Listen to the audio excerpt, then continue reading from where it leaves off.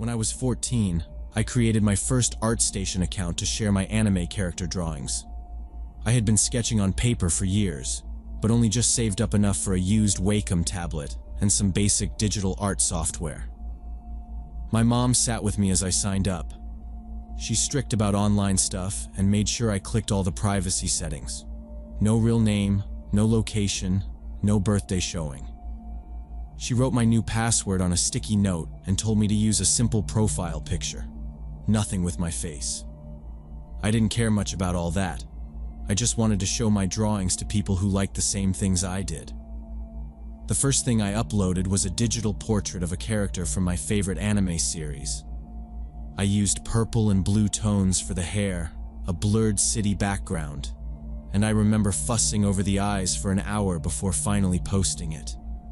The thumbnail looked kind of small, but I felt proud. I refreshed the page every few minutes, hoping to see the little red notification icon light up. It was almost dinner time when I finally got my first comment. The username was FalconEye47. He wrote, "Great job with the colors. Really brings out the character's energy. Try lowering your brush opacity when layering shadows. It'll add depth." I clicked his profile out of curiosity. He had a professional-looking header banner and a bio that said he was a freelance designer from San Francisco. His gallery was full of highly polished character art and even some logo designs. It looked impressive, like someone who knew what he was talking about. That made me feel important, like I was doing something right if a real artist wanted to help me. I typed back, "Thanks. I'll try that next time." He replied almost right away, giving more details about shading techniques and where to find free online brush packs. He sounded encouraging, saying I had real talent and he liked seeing young people interested in art. I showed the comment to my mom, and she just nodded, reminding me to be careful and not share personal info. But I wanted to hear more. FalconEye47's advice seemed legit. I went back to the tablet and tried what he suggested on my next drawing. He commented on that one too, talking about color palettes and how to use layers better. He wrote paragraphs about workflow, links to free tutorials, even recommendations for art YouTubers. I followed every link, watched every video he posted. He said he liked helping out beginners because he remembered what it was like to start out. It all felt positive, so I didn't question anything. Over the next few weeks, FalconEye47 commented on every single piece I posted. If I uploaded at night, he'd answer by morning. If I drew a fan art of a game character, he'd talk about lighting in the game and what made that character interesting. His comments were always a few lines, sometimes even a whole mini critique, but never mean or pushy. I liked seeing his username in my notifications. Other people started commenting too, just short things like "nice job" or "cute art," but his feedback was always the most detailed. After a while, he started adding small questions at the end of his comments. "What grade are you in? Do you get to draw much in school? What other hobbies do you have besides art?" I didn't think much of it. He'd mentioned he taught some online art classes to teens before, so maybe he just wanted to know his audience. I answered honestly, told him I was in 9th grade, that I liked video games and reading manga, that my parents didn't mind my art but didn't really get it. I left out my town and school name because my mom's warning stuck with me. But everything else seemed harmless to say. He always replied right away, like he was always online. The next week he commented, "Do your parents support your art? That's really important for growth. I wish mine had." Then he started mentioning how he sometimes gave private art lessons over video calls, saying he could help new artists with things like portfolio building, time management, or preparing for art school. He wrote, "If you're interested in personalized coaching, just let me know. I do Zoom sessions with a few young artists. It's way easier to give feedback if I can see your workspace and your art setup." I hesitated a second when I read that. It sounded almost like a school thing, but not quite. I'd never done video calls with anyone except family or my best friend, but the way he said it made it sound normal. He added, "Even just a few photos of your setup would help me tailor advice for you. I could give you some shortcuts to make digital painting easier." I felt flattered that a professional wanted to mentor me personally. I'd never had a real teacher for art, and my school's art class was just crafts and watercolor. He didn't sound impatient or creepy, but I noticed I started thinking about his comments more during the day, wondering what he'd say about each new picture I drew. Sometimes, when I posted a new drawing, I'd feel anxious until he commented, even if other people had already liked it. One afternoon, he messaged me directly through the site's DM feature. It started with more art tips, but quickly turned into, "If you want, I can show you how to set up your camera for art streaming, or even help you make a cool intro for your page. I just need to see your drawing desk, and maybe your computer to give the best advice." The message ended with a smiley face. I sat there for a few minutes, reading it again and again. Something about the way he kept asking for photos of my room made me pause, but I couldn't explain to myself what exactly felt wrong. Still, I didn't answer right away. I closed my browser and went to wash my hands for dinner, thinking maybe I'd reply the next morning. Curiosity got the better of me, so I clicked back onto FalconEye47's profile to see what else I could find. Most of his gallery looked the same as before. Clean, digital portraits and sleek logo designs. He had banners for things like game projects and graphic design. But now that I was looking closer, I noticed a lot of his posts were locked to followers only.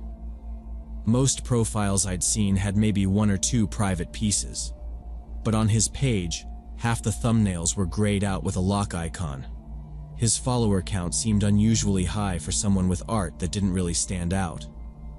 I scrolled through the visible comments and started reading what people had said to him. That's when I noticed a pattern.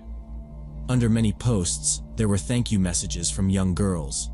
They'd say things like, "Thank you for the opportunity," or "I appreciate your creative guidance." Some of them looked like they were still in high school, based on their profile art and usernames. Their comments felt oddly formal, like they were replying to a teacher or someone they were trying to impress, but not like friends or equals. Something about the tone didn't feel natural. I felt a weird tension in my chest. I tried to ignore it but couldn't. I wanted to know what was actually in those locked galleries, so I decided to make a fake account using a different email. I chose a username that sounded older and set the birthday so it looked like I was in my 20s. I used a free avatar and copied some basic art posts from free stock images just to make the page look real. My hands shook as I set it up. I kept thinking this was overreacting, but a part of me wanted to be sure. After following FalconEye47 and waiting for him to accept, I messaged him pretending to be a college student interested in digital art careers. He replied fast, almost too fast, accepting my follow request and saying he was always happy to help another creative mind. Once I got access to the private gallery, I went straight to the locked posts. That's when I realized something was very wrong. Dozens of photo sets filled the private section, but they were nothing like the public drawings. Most were labeled as artistic photography or figure studies, but every image had young-looking models. Some wore dance outfits, others sat on beds or in dimly lit bedrooms. A few were in costumes or cosplay, but the poses felt forced and too mature for their age. Their faces were blurred or cropped, but it was clear most of them were teenagers.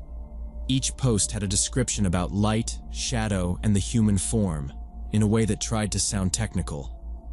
But the more I looked, the more my skin crawled. I scrolled through comments under these photos, almost all from the same group of young followers. Their replies sounded stiff and grateful, thanking him for creative direction or support. There were even screenshots of private messages, where FalconEye47 invited girls to join his exclusive mentorship group. offering collaboration opportunities if they sent photos of their art process and creative workspaces. Some DMs included requests for specific kinds of photos, all phrased in a way that tried to sound innocent, asking for full-body reference shots or pictures of natural poses for study. He promised feedback, exposure, and sometimes even recommendations for art school. As I kept clicking, I saw he ran accounts on other sites and used the same language to invite more girls. My hands were sweating as I scrolled, and at some point, I stopped breathing for a second. I took screenshots of everything: the photos, the DMs, the usernames of the other girls, and the way he worded his requests. I immediately logged out of the fake account and deleted it. Then I went back to my real profile and blocked him, shutting down the DM window and locking my gallery. I changed my passwords twice, even though I knew it wouldn't undo what I'd already seen. I told myself it was over. I wouldn't talk to him again, and he'd lose interest. But I was wrong. Almost 2 weeks later, I got a notification on my phone from an account I'd forgotten existed. I'd made a backup art station when I was first starting out, using an old nickname and a different email. I clicked on the notification and saw a direct message from FalconEye47. The message was much longer than any he'd sent before. He wrote that he'd been searching for me since I'd left, that we had a special creative connection, and he could tell from my work that I was different from other young artists. He said he was worried that something had scared me off and begged me to reconnect because he wanted to help me reach my true potential. The message included more offers of coaching, but the tone felt desperate and intense. He wrote, "Please don't ignore this. I'm only trying to support you." He sent links to his private portfolio and asked for a response as soon as possible. I sat on my bed reading it over and over. My chest hurt. This time, I didn't wait. I took screenshots of everything: the DM, his profile, his follower list, the photos and conversations from before. I showed my mom and dad right away. They didn't say much at first, but they both went quiet and started writing things down. My dad called the platform support line, and my mom called the police non-emergency number. They both told me to stay off all my art accounts until we knew what to do next. Within days, the police got in touch. They said we weren't the only family who had come forward. Other parents had reported the same username reaching out to their daughters. Some girls had even sent photos before realizing what was happening. The platform froze his accounts for investigation.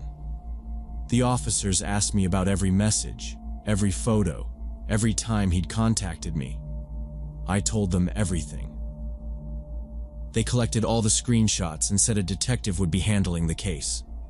A few weeks later, we got a call from an investigator saying FalconEye47 wasn't just one person. He ran dozens of fake profiles on multiple art and social media sites, all targeting young female artists for the same kind of mentorship. The case was bigger than anyone realized. He was arrested 3 months later. The news said he faced multiple charges for online predation and exploitation. Since then, I still draw and post my art, but I double-check every comment and every DM before I even think of replying. I never share my age, my face, or my workspace. I don't click on profiles unless I know the person from real life or from a trusted community. Sometimes, adults who say they want to help are just looking for an easy target. Now I know what to watch for, and I warn other young artists whenever I can. There are people online who pretend to be mentors but are really searching for something else. I don't let it stop me from making art, but I'll never trust that kind of kindness without proof again.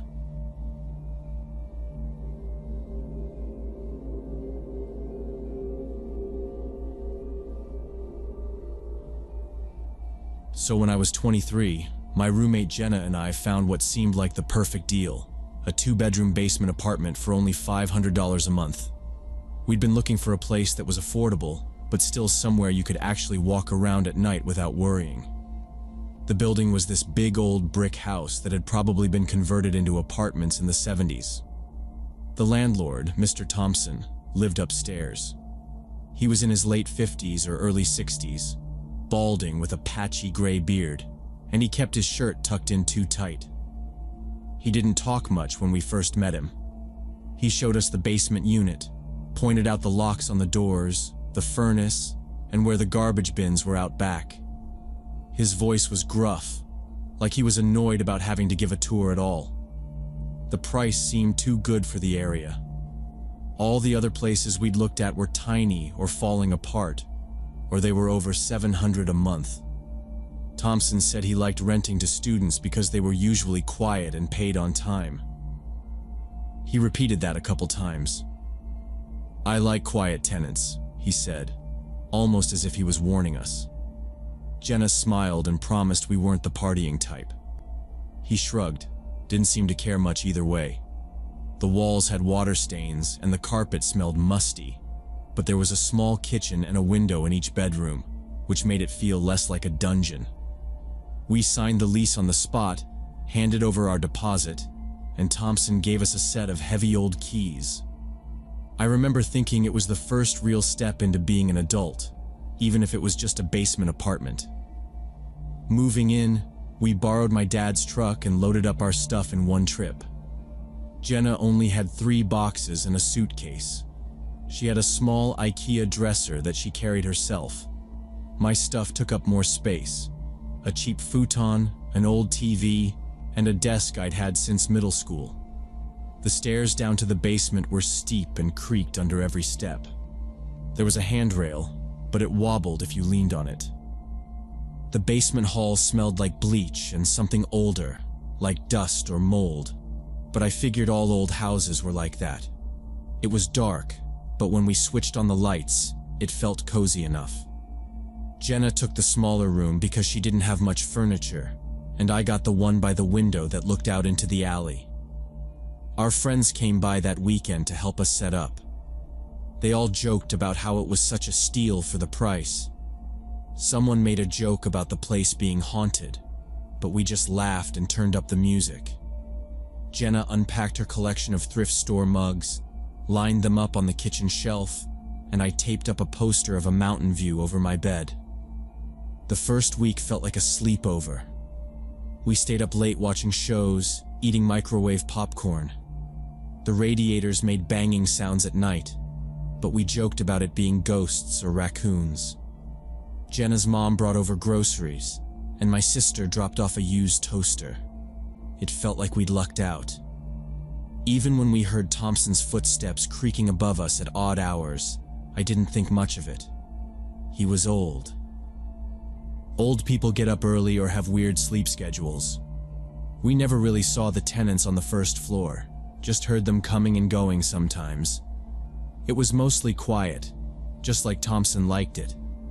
The problems started within the first month of living there. I started having trouble sleeping, waking up in the middle of the night from dreams I couldn't remember, only that my heart was pounding. Sometimes I'd lie there and realize I was listening, just listening, for any sound. It was usually quiet except for a faint creaking that I thought was the furnace at first. One night, I heard a kind of rustling behind the wall next to the kitchen, the wall that bordered Thompson's storage room under the stairs. It sounded like shuffling, maybe a heavy box being dragged, or something brushing against the wood paneling. I told myself it was pipes settling or mice in the walls, but I started wearing earplugs to bed just so I could get some sleep. The noises didn't go away. They happened most nights, always after 2 or 3 in the morning. Sometimes it sounded closer, like something was bumping against the other side of the wall. I'd get up and press my ear to it. Nothing. Just silence or the sound of my own breathing. I told Jenna about it, and she laughed. But a few nights later, she moved her mattress into my room, saying her own was too small anyway, and that she kept waking up cold. I could tell she was spooked, but we both acted like it was just about space. We arranged our beds side by side. It made it feel less weird, even when the noises started up again. We both started double-checking the locks before we went to bed. I wedged a chair under the doorknob out of habit. Old houses made weird sounds, we told ourselves. Jenna said maybe the house was settling. That made sense, but I couldn't shake the feeling that something was off, especially when the rustling would pause if I got up or made a noise, like someone was waiting for us to go back to sleep. During the day, things felt normal again. We'd walk to class, stop at the bakery, talk about normal stuff. But at night, there was this edge to everything, like the air got thicker in the apartment. It didn't help that we'd started noticing Thompson's silhouette in the upstairs window, standing there just before dusk. We'd take the dog for a walk around the block, and every time we turned to look at the house, there he was, framed by the light, staring down at the street. I mentioned it to Jenna, tried to make a joke, but she just shrugged. "He's probably bored," she said. But neither of us liked it. We told our friends about the noises and the window thing. They laughed, said all landlords were weird, and we played it off as a funny story. But every time I turned my key in the lock, I'd glance over my shoulder at that upstairs window. Sometimes the curtain would twitch. Sometimes it looked like the light was on all night. The noises kept happening, and I kept waking up with that feeling that something was moving on the other side of the wall, just out of sight. Jenna stopped unpacking her things. We started keeping the door to the hallway locked, even when we were home. At night, I'd lie awake, listening for the next creak, waiting for whatever it was to start up again. Our friend Mark started staying over more often after we mentioned feeling uneasy. He brought a sleeping bag and camped out on the futon, making jokes about being our bodyguard. At first, it felt silly, but having another person around made it easier to sleep. The apartment was crowded, but we didn't care. Jenna and I both admitted we felt better with him there. Sometimes he'd bring snacks or pizza, and we'd stay up playing games to distract ourselves. Most nights passed without anything unusual, but I'd still hear the rustling in the walls, and once or twice Mark said he thought someone was pacing in the hall upstairs long after midnight. One night we went to a party at a friend's place across town. Mark drove. We didn't drink much, wanting to keep our heads clear. The night ended early, and we walked back from his car, cutting through the alley by our building. As we reached our back door, I saw several figures in the backyard, standing close to our windows. There was nothing casual about the way they stood, just perfectly still, not talking or moving. It didn't look like a gathering or someone smoking outside. These people were watching the house. I could see their faces lit up by the yellow porch light, blank expressions, and one of them turned as we approached, following us with his eyes. I whispered to Jenna and Mark to hurry. Mark fumbled his keys but managed to unlock the basement door. We rushed inside and locked it, sliding the deadbolt and shoving a chair under the knob. The three of us crouched low near the windows, peeking up over the sill. The figures moved closer, pressing their faces against the dirty glass, cupping their hands to see inside. Their breath left faint marks on the window pane. None of them looked familiar. No one spoke. For a few seconds, we just stared at each other, no one moving, like a silent standoff. Mark's phone vibrated suddenly, and he stepped away to answer it. He came back, pale. "That was me," he said, holding up his phone. "I just got a weird feeling and wanted to check in on you guys." It made no sense, but none of us laughed. We watched as the strangers finally drifted away, vanishing into the darkness between houses. After they were gone, we stayed up until dawn, keeping all the lights on and taking turns watching the backyard. Mark didn't leave after that night. He stayed with us for the next 2 weeks while we searched for a new place to live. The apartment felt smaller than ever, but none of us wanted to be alone in any room. The strange noises from Thompson's storage area became louder, and they happened almost every night. Sometimes it sounded like someone dragging heavy furniture.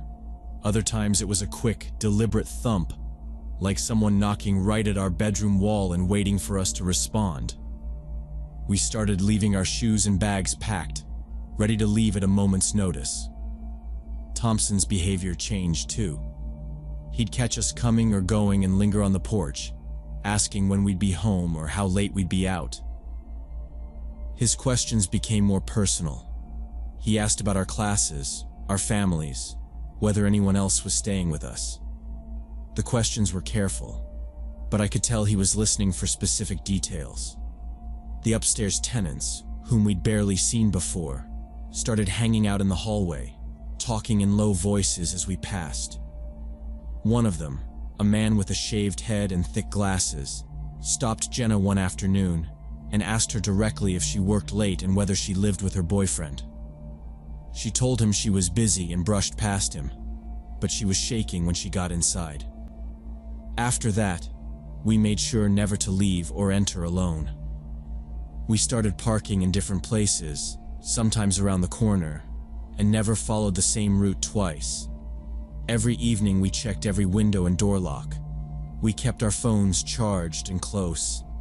The air in the apartment was thick and stale, and the tension felt physical, pressing down on our shoulders and making it hard to breathe. Even Mark, who tried to joke about everything, stopped laughing. He slept in the living room with a baseball bat, just in case. The only thing we could think about was getting out. We broke our lease early and moved out in a rush, not telling Thompson we were leaving. The day we packed, Mark kept watch while Jenna and I loaded our things into his car. We made sure to do it while Thompson was at work. We left the keys on the kitchen counter, locked the door behind us, and never looked back. That night we crashed at Mark's place, all three of us exhausted but relieved to be out. A few weeks later, we heard from a neighbor who lived across the street. She told us that the last two female tenants in our basement unit had moved out suddenly as well, both after only a few months. She mentioned seeing unusual activity at the house at night, strangers coming and going, cars parked out front with the engines running. But she'd never wanted to get involved. She told us she was glad we'd left before anything worse happened. We never found out exactly what Thompson and his tenants were doing. The police listened when we called, but there was nothing concrete we could give them. No threats, no evidence, just a string of strange questions and the memory of faces pressed against the basement windows. In the end, all we could do was move on and warn others. Cheap rent comes with a price, and sometimes you don't realize what it is until you're lucky enough to get away.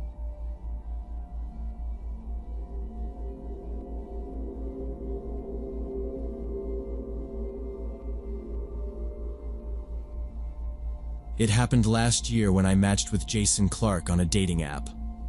I was living in Austin and working as a journalist at the time, so I considered myself pretty cautious about strangers. I didn't go into anything blind. When Jason messaged me, I checked his profile for anything off. He looked normal. Average brown hair, clean-shaven, the usual photos with a dog and a coffee mug at some hipster cafe. He said he was a programmer, talked about his work in tech, mentioned he liked Murakami novels and indie movies. That part I liked because it meant conversation wouldn't be dull, at least. He didn't come on too strong, wasn't pushy, never sent a weird photo or tried to rush anything. We started chatting, and after a couple of days, it was obvious he could hold a conversation. Sometimes he'd share jokes about old 90s movies or coding mishaps from his job. Nothing remarkable, just regular banter. I didn't feel any pressure from him, which is rare. The talks moved to texts, and then we had some long calls on weekend evenings. He always had these stories about startup chaos and late nights debugging things, and he mentioned knowing people in the same field as some of my contacts, which helped him check out a little. I did the responsible thing and ran a quick background check on LinkedIn. His name, college, and job title matched what he told me, and a couple mutuals from the tech scene followed him. That eased my mind. We traded favorite book lists. He sent a picture of a bookshelf with a couple of the same authors I'd mentioned. Sometimes he'd ask for recommendations, then actually read the book and talk about it, which I thought was impressive. Everything seemed normal. After about 3 weeks, Jason invited me over to his apartment for dinner. He made a point of saying he cooked sometimes and that he'd make something basic, nothing too fancy. He sent me his address and a time, told me to let him know if I wanted to change anything. I hesitated for a while. Before I said yes, I told my editor where I'd be that night and sent her Jason's name and address, just in case. It wasn't because I was scared, just routine. In my line of work, that's what you do. He texted the day of, asking if there was anything I didn't eat and if I needed parking info.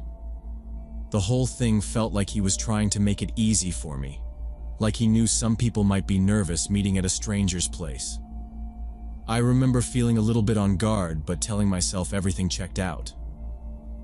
When I arrived at Jason's apartment, the building looked new, the kind of place that had the fake wood floors and generic art in the hallways. He lived on the 3rd floor.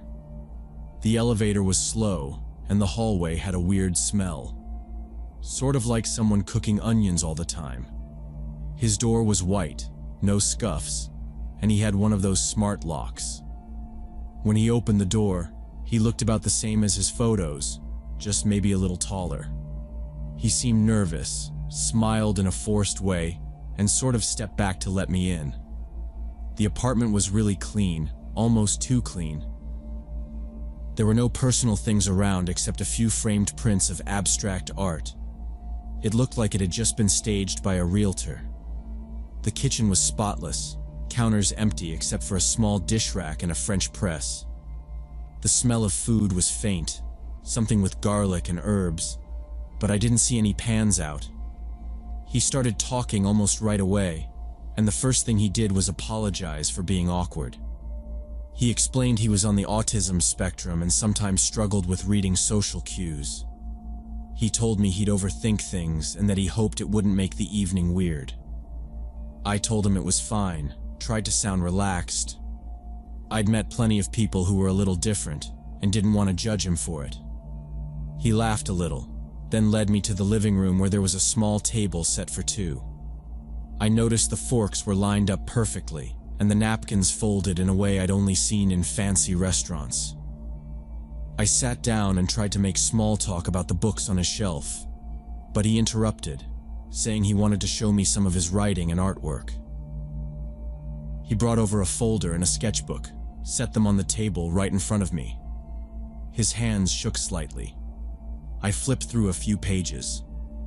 The writing was full of detailed stories, but the topics made me pause. There were stories about power struggles, people being manipulated, scenarios where one person controlled another, sometimes in violent ways. The artwork matched. A lot of black ink sketches showing people tied up or cornered in dark rooms, faces blank or twisted. There wasn't anything illegal or explicit, but the themes were unsettling. I kept my face neutral and made a polite comment about how creative he was, not wanting to say anything that would set him off. He watched me closely, eyes jumping from my face to the pages and back again. "Do you find it profound?" he asked, his voice too loud in the quiet apartment. I nodded, said something like, "It's definitely intense. There's a lot to think about." He pressed, asking if I thought the stories had depth, if they were unique. He seemed desperate for some kind of praise, almost on edge about it. The conversation got harder after that. He kept steering it back to his work, repeating questions about whether I really understood it. I noticed the apartment didn't have much of a lived-in feeling. The couch was new, a small TV on the wall, not a single photo or old object anywhere. The fridge was mostly empty except for a row of protein shakes and bottled water.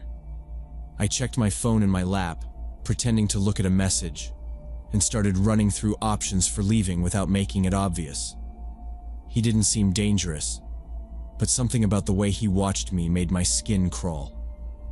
I kept up a normal conversation, asked about his job, let him talk, and quietly tried to remember exactly where I'd left my keys and bag. Every few minutes, he'd circle back to his writing, asking for reassurance. I stayed polite and waited for the right moment to excuse myself. The situation became alarming when Jason started talking about his past relationships. He brought up his ex-girlfriend, but the way he described her was all about possession, not connection. He said she'd been disloyal and made vague references to keeping track of everything she did. He leaned back in his chair, watching my face as he told a story about how he liked to experiment during intimacy, especially with choking. He said it like it was a joke, but waited for me to react. "You know, some people don't mind a little fear in the bedroom," he said. I laughed awkwardly and looked away, pretending to check a notification on my phone. On the kitchen counter, I noticed a row of knives, each with a different colored handle, displayed on a magnetic strip. The blades caught the light as if they'd just been cleaned. He must have seen me looking, because he stood up and walked over to them, picking up one of the larger ones. He said his neighbor sold all kinds of interesting weapons and never asked questions about what people plan to do with them. He set the knife back down and gave me a look that lasted too long, like he wanted to see if I'd flinch. I held his gaze and nodded, acting bored, but my mind was racing through every detail. The model of the smart lock, the layout of the rooms, how loud my voice would be if I screamed. Jason kept circling the conversation back to his stories, the violence, the control. He dropped hints about trying things out with people who understood his needs. I realized every word he said was meant to see if I'd go along with whatever he had planned. My phone buzzed with a spam email, and I made a show of checking it, using the screen as a shield. I started counting exits, measuring how close my bag was, which shoes would be faster to slip on. I memorized the layout of the building from the walk-in, the parking lot layout, even the numbers on the door across the hall. I kept nodding, saying as little as possible, waiting for a chance to get out. I pretended to get a call from my editor and put the phone to my ear, faking concern. I stood up, apologized, and said I needed to go cover a breaking story. Jason's face changed. He went from watching me like a puzzle to glaring. "You just got here," he said. He offered to pour another drink, but I declined and started picking up my bag. He moved around the table to block the way to the door, standing just a little too close. "At least stay for a bit. I could give you a massage," he said, reaching for my shoulder and squeezing it. I stepped away, but he followed. I told him I was late, but he ignored it, his hand still reaching. I kept my voice even, but loud enough to be heard through the door, and said, "I have to leave now. My editor's waiting." For a second, I thought he might actually try to grab me, but then he shrugged and moved aside, watching me the whole time. I walked past him, opened the door, and left the apartment as quickly as I could without running. I went straight down the stairs, skipping the elevator. When I got to the lobby, I ordered a taxi and waited on the street, near the bright lights of a bus stop, away from the building's entrance. The air outside felt thick, like I hadn't realized how tense I was until I was out in the open. I watched the apartment windows and checked behind me every few seconds until the taxi showed up. The ride home was silent. I stared out the window at the traffic and the familiar streets, feeling a wave of relief each time we passed another intersection. When I got home, I locked the door, double-checked the windows, and blocked Jason's number. I deleted him from the app and set my phone to silent. I kept replaying every moment, searching for things I could have missed. For the next few days, I checked the locks more than usual, kept my phone charged, and didn't answer any numbers I didn't recognize. A week later, a friend from work mentioned she'd seen Jason's profile and matched with him before. She said he'd invited her over for dinner too, after a few weeks of back and forth. When I asked if she went, she shook her head and said something about getting a weird feeling. Another woman I knew, someone I'd met through a book club, said she'd gone to his apartment too, and that he acted the same way. Long conversations, then a sudden shift to uncomfortable questions and stories about violence. She'd left after making an excuse, just like I had. Neither of them had reported anything. We talked about it for a while, going over the details, and it became clear that Jason was repeating the same pattern every time. I decided to file a report with the dating app, listing everything that happened, and included his name, address, and the things he'd said. I sent the same report to the police, just in case. There was no actual crime, but they said they'd keep the information on file and encouraged me to follow up if anything happened. I went back to my routine, but I never let my guard down with anyone new after that. Every time someone messaged me on an app, I ran background checks, asked mutual friends, and made sure to meet in public places. I learned that even the most careful people can get caught off guard by someone who's practiced at hiding their real intentions. Sometimes, people build whole identities to draw others in, just to see how far they can push things. I never ignored my instincts after that. If something felt off, I left, no matter how minor the warning sign was. Online dating is just another way for predators to search for victims, and you have to treat every interaction with the same caution you'd use anywhere else. The sense of danger never really left. Even now, months later, I still watch for the same signs in every new conversation, and I always trust that uneasy feeling when it comes.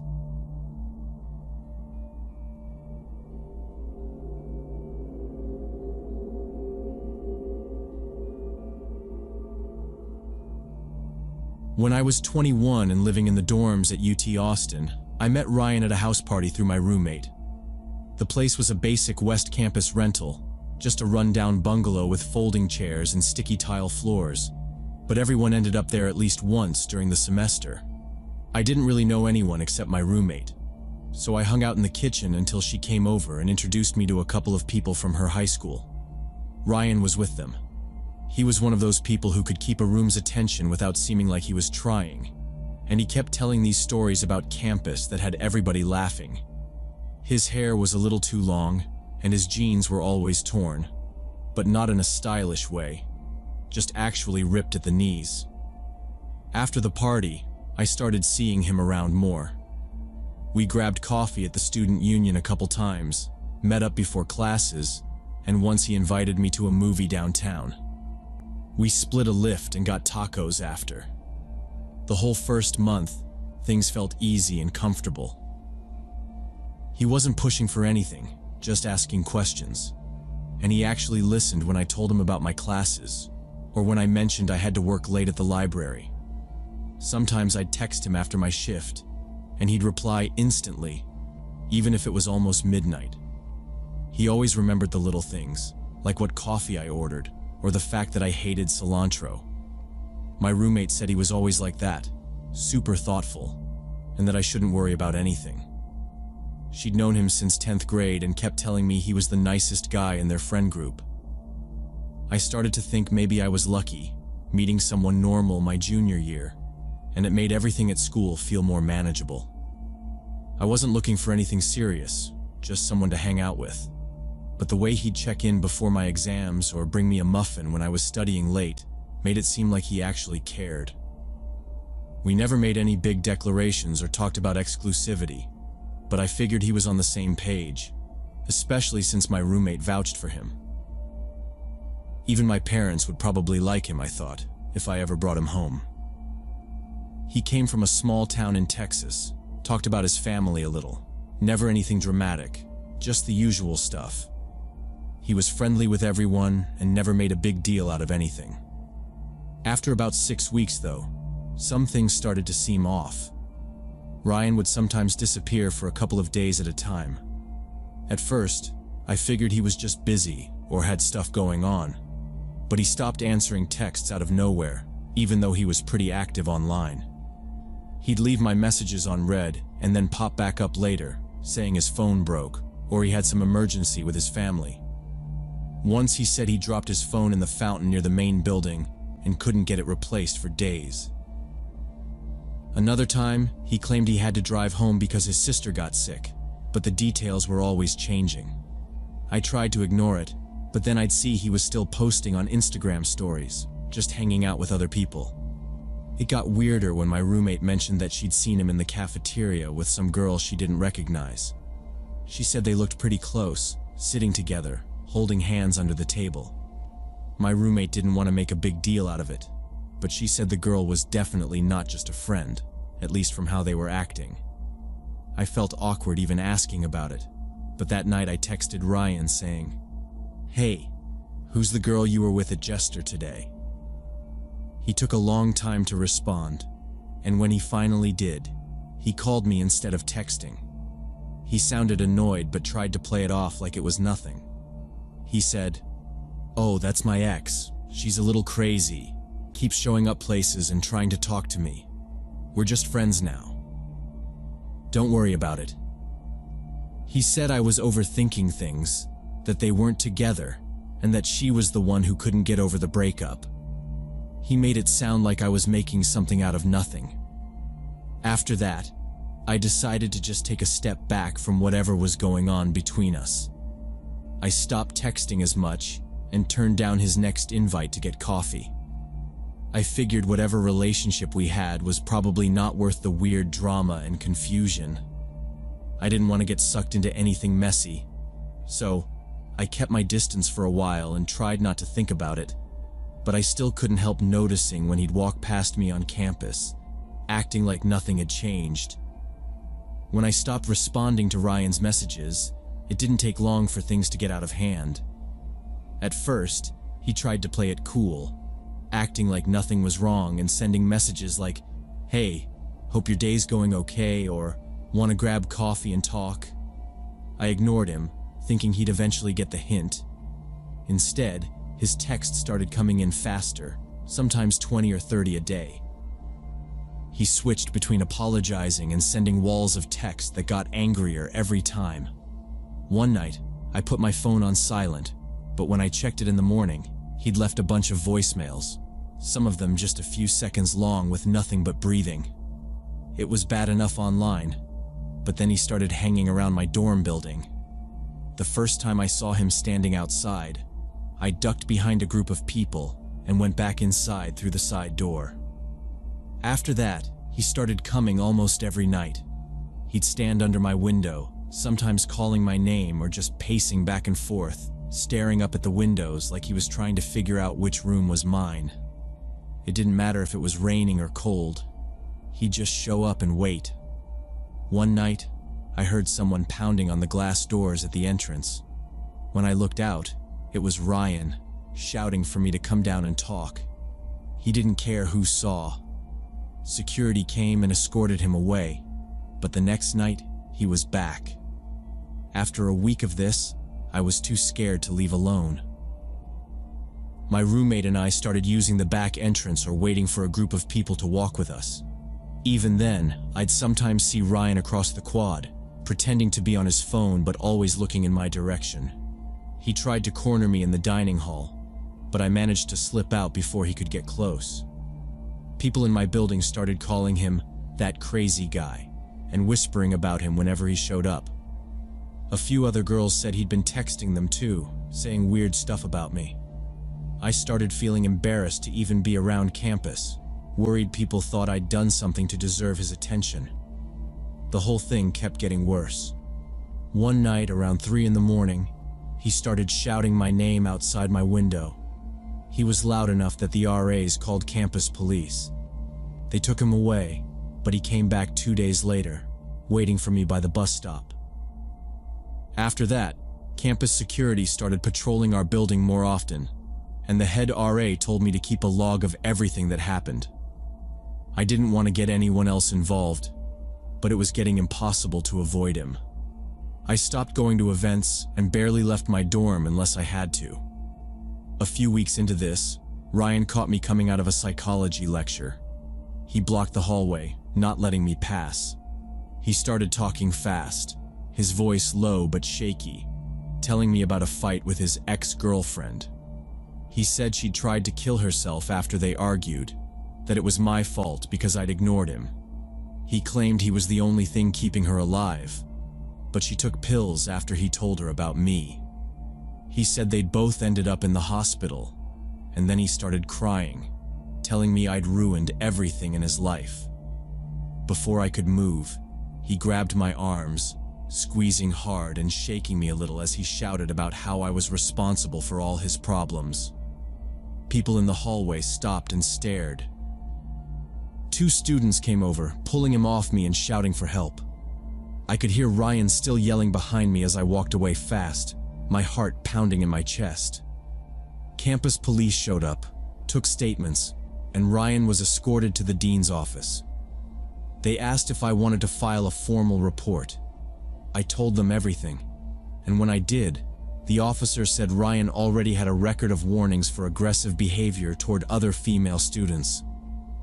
I hadn't known how far it went until then. The university moved quickly after that.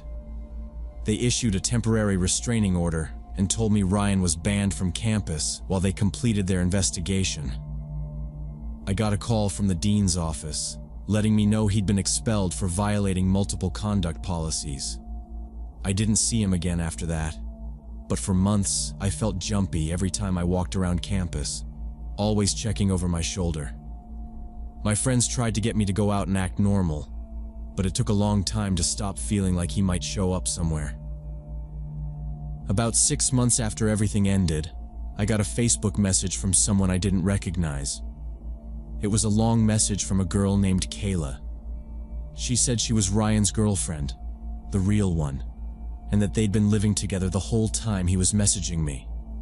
She'd just had a baby, and she'd found my name in some old emails. Kayla said she'd seen my report when the university sent her the conduct file as part of their investigation into Ryan. She thanked me for speaking up, said it was what finally gave her the courage to leave him. She told me she'd seen his behavior get worse and worse, that he'd done the same thing to other girls, messaging them constantly and following them around. She wrote that she felt trapped for years, thinking it was her fault, or that she was exaggerating how bad things were.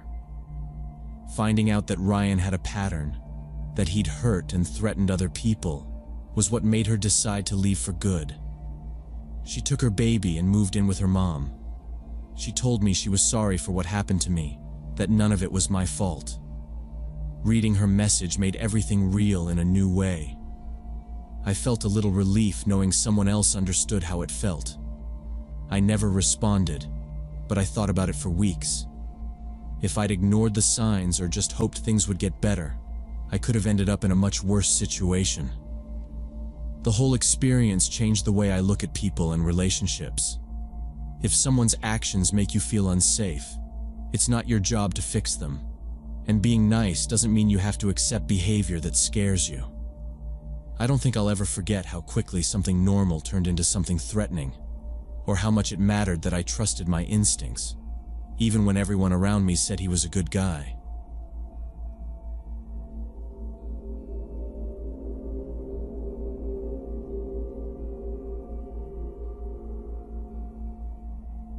When I was 19, I lived with 3 other girls in a 2-bedroom apartment about 15 minutes from campus. It wasn't a fancy place, but it was close to the university, and the rent wasn't too high, so we made it work. The building was the typical old red brick kind you see all over the city, a little beat up around the edges, with an elevator that rattled and a front door that never really shut all the way unless you shoved it hard. My roommates were Sarah, Emily, and Priya.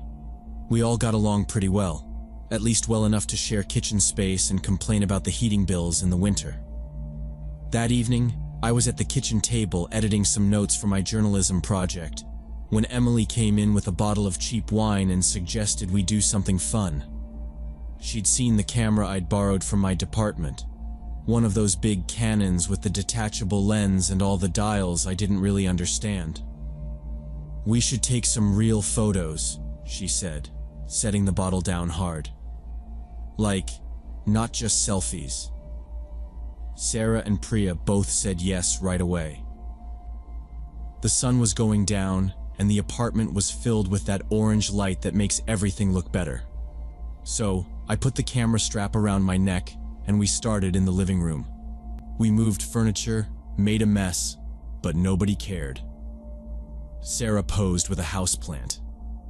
Emily wrapped herself in a throw blanket like a model, and Priya balanced on the arm of the couch, pretending she was some kind of influencer. I just snapped photos, trying to figure out how to focus right, sometimes asking them to hold still so I could adjust the settings. We laughed a lot, probably more than we should have. The bottle of wine was gone fast, and after that someone found a speaker and put on music, not too loud so we wouldn't bother the people downstairs. The mood was light. Priya kept saying she wasn't photogenic, but she posed the most. I got shots of everyone by the windows, under the kitchen light, even sitting on the worn-out rug near the heater. It was just normal stuff, nothing weird, nothing fancy. I was careful with the camera, making sure not to drop it, because I'd signed a form when I borrowed it that said I'd pay if anything happened to it.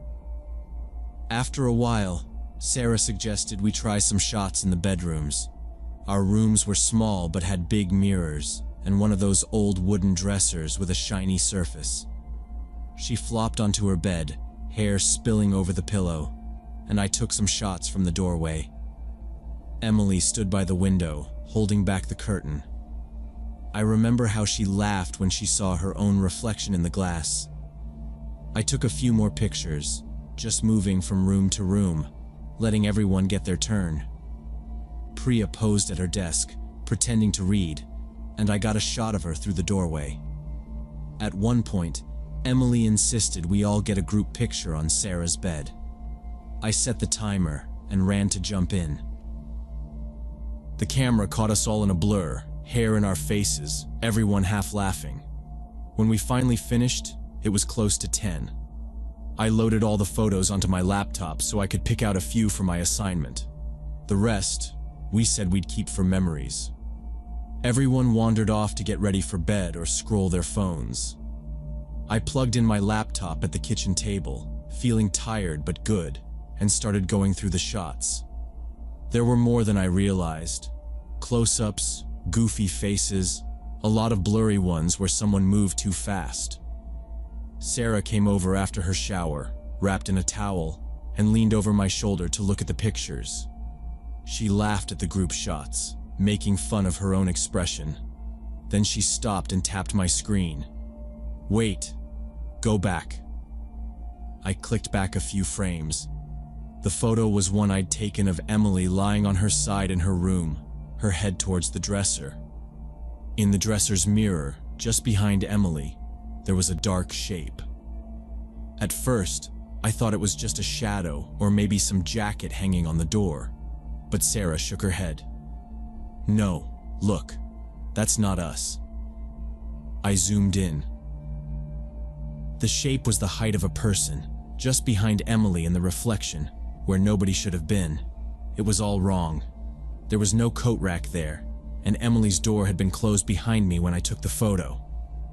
I felt something tighten in my chest, but I didn't say anything. I scrolled through the next set of pictures. More of the bedroom. In the corner of one, you could see a sliver of the window, and again, there was a shadow. A shape that looked like someone standing just outside the glass, even though we were on the 3rd floor. I called Emily and Priya over. They came in, half joking, until I showed them the zoomed-in shot. We all leaned in close to the screen. Emily said, "That's just a trick of the light." But she sounded nervous. We started checking all the photos with any kind of reflection. In a shot of Sarah posing by her closet mirror, there was another figure, closer this time, almost blending into the darkness by the door. My hands felt sweaty as I kept scrolling. We found 3, then 4 different pictures, all with that dark outline. Always where nobody was standing, always at the edge of a mirror or window. Then I opened a photo I'd taken in the living room, where Priya had posed by the balcony. The sliding glass door was open a crack, letting in cool air. In the reflection on the glass, you could see someone standing outside, pressed right up to the door. He had a phone in his hand, raised like he was filming or taking a picture. The face was blurred, half in shadow, but you could make out a jawline, the edge of an ear, a shape of a nose. A young man, standing just inches from where we'd been, apparently photographing us through the gap in the door. No one spoke for a second. I clicked through more pictures, but the face was only in that one frame, always looking straight at us. I looked at the timestamp on the photo. It was taken about 40 minutes after we'd started, when everyone was in the living room, right before we went into the bedrooms. The balcony door was always locked after dark. I remembered closing it myself because of the draft. But in that shot, it was open, and someone was right there, watching, holding up a phone.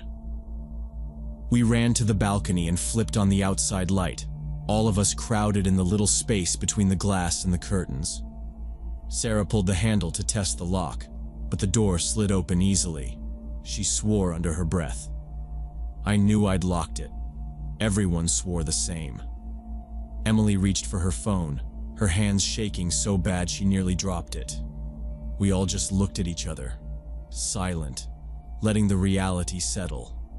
Somebody had been on our balcony, maybe inside, maybe watching us the whole time we were laughing and taking pictures, acting like nothing was wrong. Nobody wanted to go outside, but I stepped onto the cold concrete and looked around. The air felt heavy, still, like the whole city was holding its breath. Down below, I could hear a car idling, but I couldn't see anyone. Priya called the police, her voice high and panicked, repeating our address twice. The dispatcher said someone would come soon and to stay inside, lock all the doors, don't touch anything.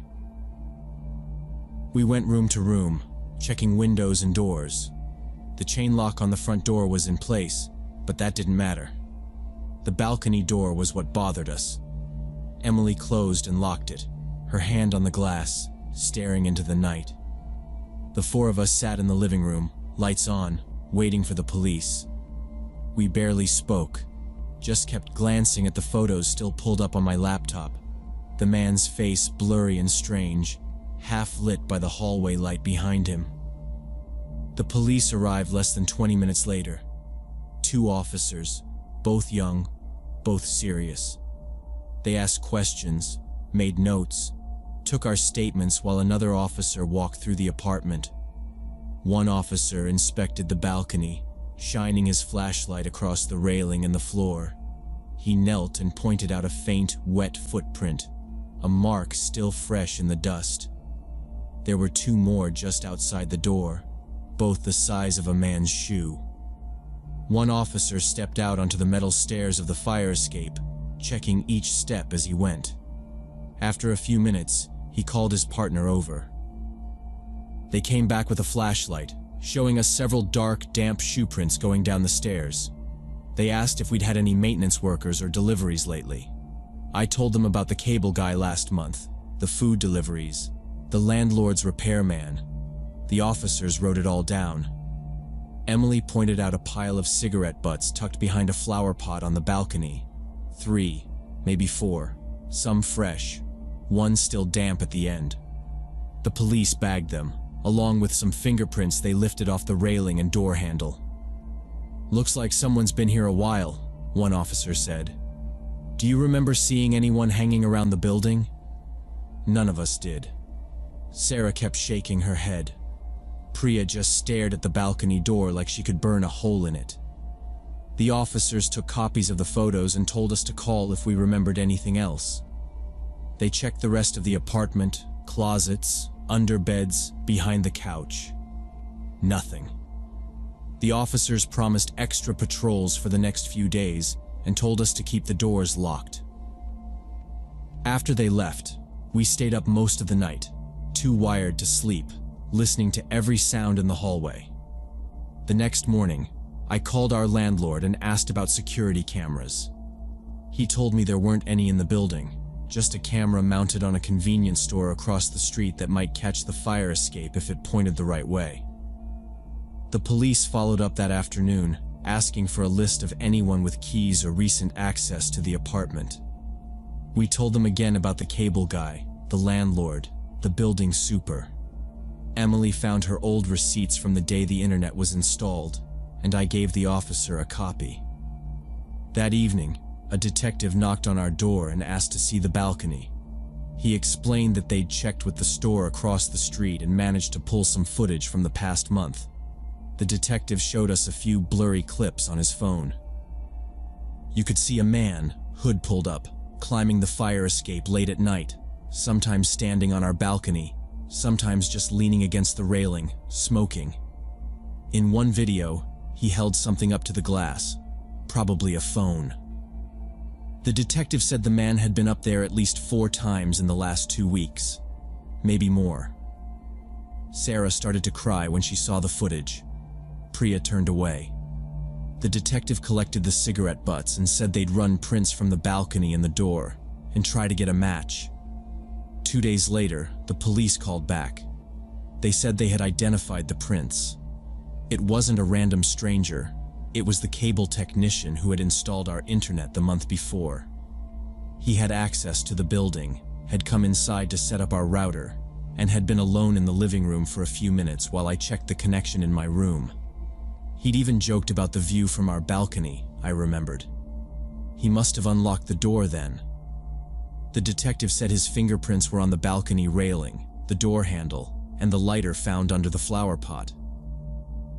The man's phone records showed he was in our building on the nights he'd been captured by the security camera. He'd come back again and again, sometimes for hours, watching, sometimes just standing outside. The footage from the store showed him carrying something small, likely a phone or small camera, each time. The police asked if we had noticed anything missing, anything disturbed, but we couldn't think of anything specific. Just the feeling that the apartment wasn't really ours anymore. 2 more days passed. Then, another call. This time, the detective's voice was tight. They had executed a search warrant at the cable technician's apartment. On his phone and laptop, they found hundreds of pictures and videos, some taken through our windows at night, some through the slightly open balcony door, all of us in different rooms, sometimes alone, sometimes together. There were clips of us in the kitchen, at the table, on the phone, even asleep in our beds. He'd kept careful notes of our schedules, what time we left, when we came home, which rooms we used most, who usually locked the door. In one folder, there were dozens of photos of me alone in my bedroom, reading by the window. The detective said he had documented every move we made, sometimes for hours at a time.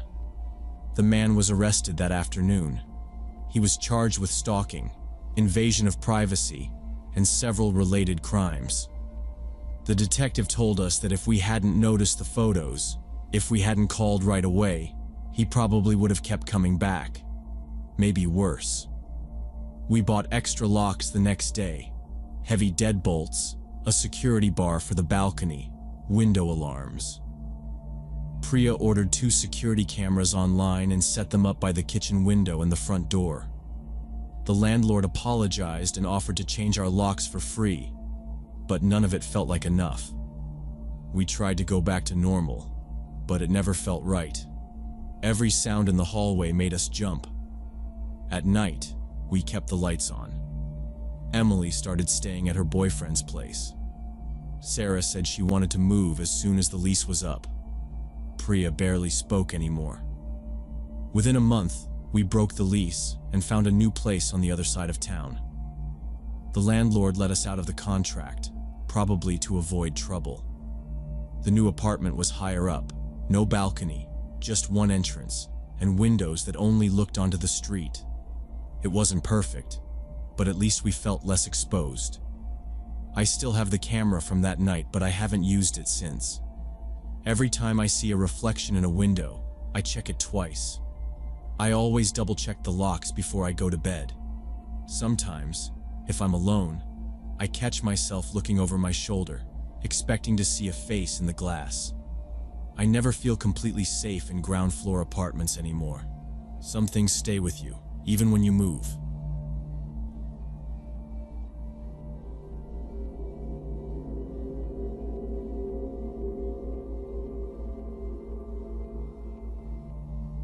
When I was 16, I met Ethan in the school cafeteria in Atlanta.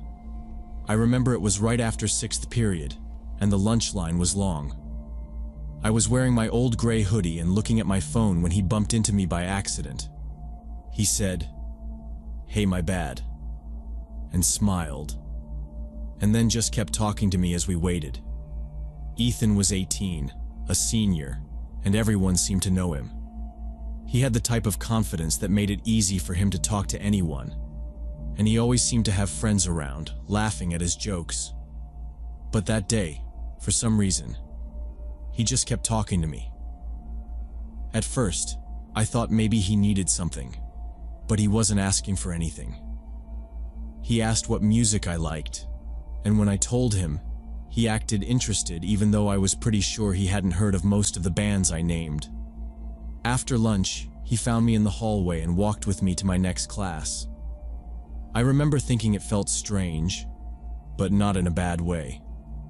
Nobody older really talked to me before, and Ethan seemed so sure of himself. By the end of the week, he started waiting for me after school, saying we could hang out for a bit. We started meeting at the food court in the mall, just sitting and eating fries, talking about random stuff. He always paid for the food, and I didn't really question it. Sometimes, we would go into the arcade and play video games, or he'd want to show me something funny he found on his phone. He told stories about parties or things his friends did, and he made everything sound like it was more exciting than what I was used to. I felt like I was part of something I'd only watched from the outside. My friends noticed too. They would ask me what it was like hanging out with Ethan, if he was as cool as people said. I didn't know how to answer. He was funny, and he made me feel like I was the only one who got his jokes. He always seemed to notice if I looked upset or tired, and he'd say things like, "You okay? If anybody's messing with you, I'll handle it." Sometimes he would show up outside my last class, and I'd see my friends watching through the window, whispering to each other. A few of them said I was lucky, that it was a big deal an older guy liked me. After a few weeks, it started feeling normal for him to call me every night. He would text to see if I was home, and if I didn't reply fast enough, he'd call. Sometimes he'd ask about my family or what my teachers were like, and he'd make me laugh at how he described his own old teachers from the year before. Once, when I told him my mom was strict about curfews, he made a joke about sneaking me out the window and meeting at the Waffle House after midnight. I laughed, but I knew I wouldn't actually do it. Everything seemed good for a while. It felt like my life had shifted. On weekends, Ethan would ask if I wanted to come over to his house, where he lived with his older brother. Sometimes I went, and we'd just play games or watch movies, nothing weird. He'd order pizza and tell me stories about what it would be like after graduation, talking about getting a car, maybe moving out, making plans that seemed huge to me. But slowly, Ethan started making these small comments that stuck in my mind. At first, it was just little things, like telling me I should wear my hair differently, or that I looked really young in some of my old clothes. He'd say it with a smile, like it was a joke, but then he'd tell me I'd look better in something tighter or different colors. I tried to brush it off, but after a while, I started feeling self-conscious about what I wore around him. He also talked about my friends, saying stuff like, "Why do you hang out with them? They seem kind of immature." One day, when I was laughing with my best friend before lunch, he came over after and said, You know, you're way too mature for them. They're holding you back. At first, I told him it wasn't true, but he kept repeating it, saying he understood me better than anybody else. He'd tell me that my friends didn't get what I wanted in life, that they would stay stuck doing the same things forever. I didn't really argue, but I started pulling back from them, just a little. If they invited me to go somewhere after school, I'd tell them I was busy. I started thinking maybe Ethan was right, that he saw something in me nobody else did. I noticed I was texting my friends less and Ethan more. He'd ask me to tell him if anyone at school was bothering me, and once when a guy from my math class joked around with me, Ethan asked if he was flirting and why I laughed. When I got a part-time job at a cafe near the school, I was excited. It was my first real job, and I wanted to have my own money. I told Ethan about it, and he smiled and said, "That's great. You're going to be awesome." I started training in the evenings, learning to use the register and clean tables. A week after I started, Ethan told me he was thinking about getting a job too. Then, a few days later, he came in during my shift and filled out an application. I was surprised, but he said, "I just want to spend more time with you. It'll be fun. We can work together, and I'll help you with anything you mess up." The manager interviewed him on the spot, and soon after, he started training as a server. The first shift we worked together, he kept making little comments to me about how to do things better, showing me how to carry more plates, how to talk to customers. At first, I thought it was sweet. He was older, he had more experience, and I thought he was just trying to help. But then, when other co-workers tried to chat with me during breaks, Ethan would show up and join the conversation, making jokes at their expense or changing the subject. He started insisting we take our breaks together, and if I made plans to hang out with anyone else after work, he'd say, "Why would you want to hang out with them? You have me." The first week we worked together, I thought it was just because we were close. I didn't notice right away how much I was starting to avoid talking to anyone else. After Ethan started working at the cafe, he took every chance to watch who I talked to and what I said. If I was chatting with a coworker about something simple, like who was closing that night or if anyone wanted to split tips, I could feel his eyes on me from across the counter. He never looked away, even if it made things awkward for everyone else. At first I tried to ignore it and kept doing my job, but soon I started getting nervous anytime someone tried to talk to me. He'd ask, "What did you talk about?" after every shift. If I told him it was just work stuff, he'd want to know exactly what was said. Once, a regular customer complimented the way I made his coffee, and Ethan pulled me aside after my shift and said, "You smiled too much at that guy. Don't give people the wrong idea." I tried to laugh it off, but he wasn't joking. After that, I caught myself checking every word, every smile, just to avoid making Ethan angry. He told my mom he wanted to help out and offered to drive me to and from school and work. At first, my mom thought it was responsible and even thanked him, but it didn't feel right. He'd wait outside after my shift, standing by his car with his arms crossed, always on time. If I wanted to walk home or take the bus with someone else, he'd act disappointed and say, "What, you don't want to be with me?" I started letting him pick me up every day because it seemed easier than arguing. He found ways to show up wherever I went. Once, my old friends planned to meet at the park after school, and I said I might stop by. Ethan showed up just as I got there, saying he was just in the area. After a while, my friends stopped inviting me. Even when I wanted to go, I'd end up canceling because Ethan would text, "You sure you want to hang out with them? They never treated you right." Eventually, most of my messages to friends went unanswered. On weekends, if I wanted to do something on my own, he'd offer to drive or tag along. If I refused, he'd say, "Why are you acting so weird?" If I texted anyone while I was with him, he'd ask who it was. Sometimes he'd look at my phone when I wasn't paying attention, scrolling through my messages. If I tried to talk to my mom about it, she'd say, "You two are together all the time. That must mean you're close." And I'd just nod. After a few months, almost everyone from my old life was gone.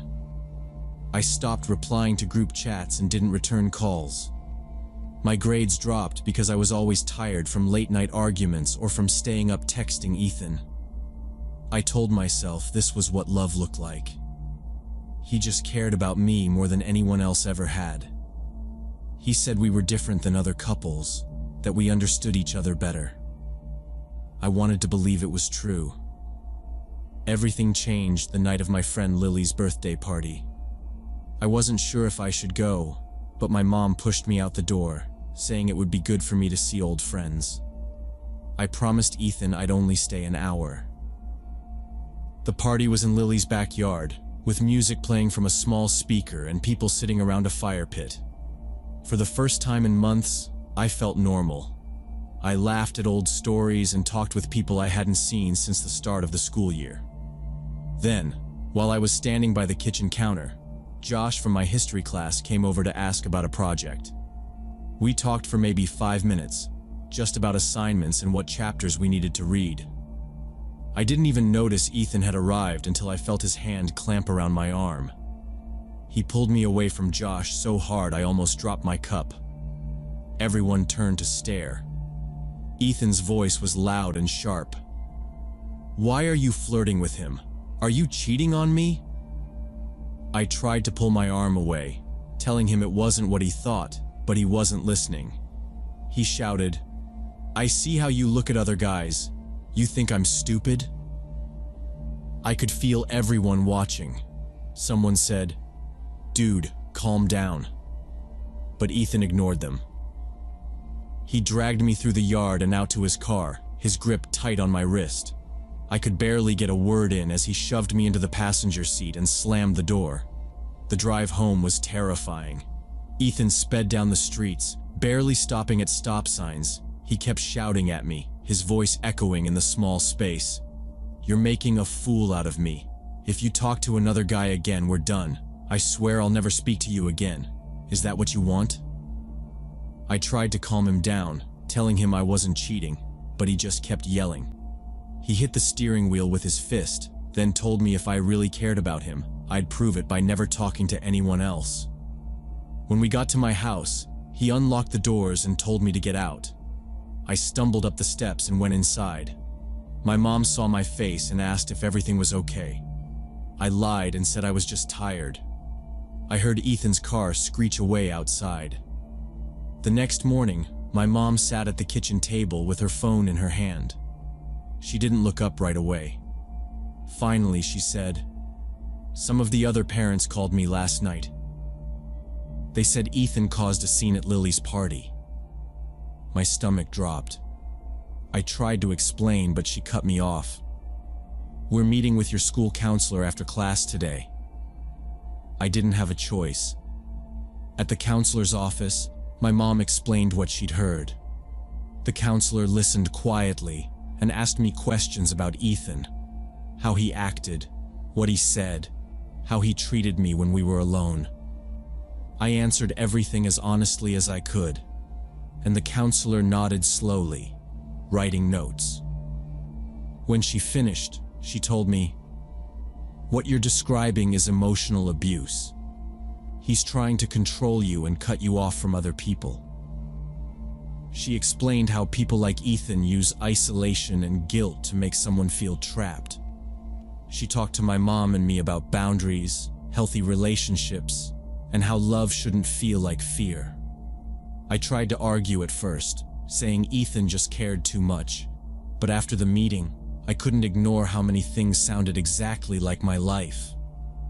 With my mom's help, I started blocking Ethan's messages.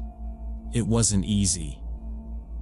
He called from different numbers and even waited for me outside work, but the school got involved and told him to leave me alone.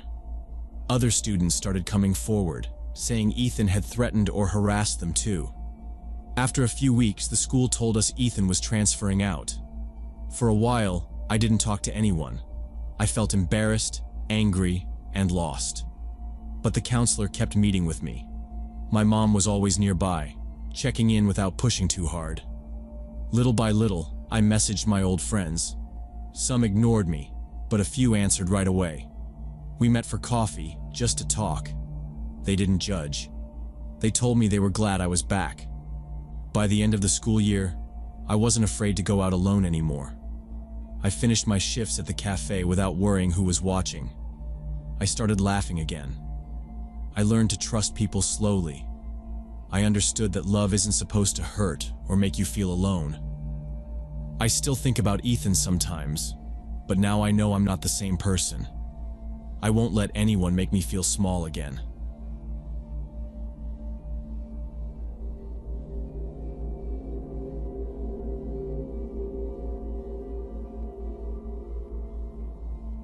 I had been painting houses for most of my adult life, so when I got offered the Victorian place out in the countryside, I didn't hesitate.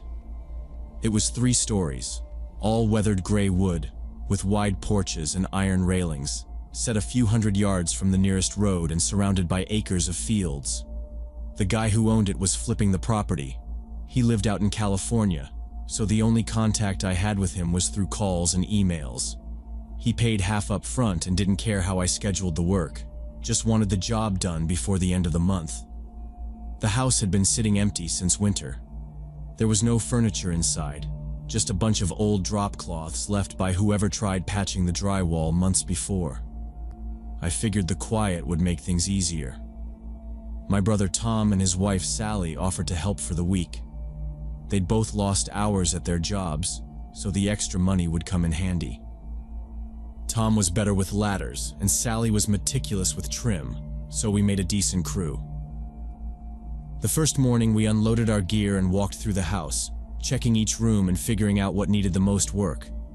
Dust was thick everywhere. The windows on the east side rattled in their frames. Some of the floorboards were loose enough to trip you. Still, nothing out of the ordinary for a place that old. We set up our tools in the kitchen, which was the biggest room. All the paint cans and brushes lined up on the counter, drop cloths rolled out, tape along the baseboards. Outside, it was quiet except for the wind moving through the tall grass and the occasional distant hum of a tractor. Tom made a comment about the place being straight out of a horror movie, but no one paid much attention. We split up to get started, Sally in the upstairs bedrooms, Tom on the porch railings, and I tackled the entryway. By noon, we'd knocked out most of the prep work. The light coming through the dirty windows made patterns on the floor, and the air smelled like old wood and primer. I stopped to eat lunch on the front steps, looking out over the overgrown yard. There was a half-collapsed barn in the distance and a rusted pickup near the tree line. I checked my phone for service, barely a bar, but enough to let my wife know we were making progress. When I stood up to go back inside, the sun was behind a cloud, and it made the house seem bigger and more empty. That afternoon, we moved upstairs. The staircase groaned under our weight, each step more hollow than the last. The upstairs hallway was long, with several doors leading off to bedrooms and a narrow set of stairs to the attic. I noticed a few old stains on the floorboards, but figured it was just water damage. In one of the bedrooms, Sally pointed out a boarded-up vent in the corner. I made a mental note to check it later in case it needed repainting.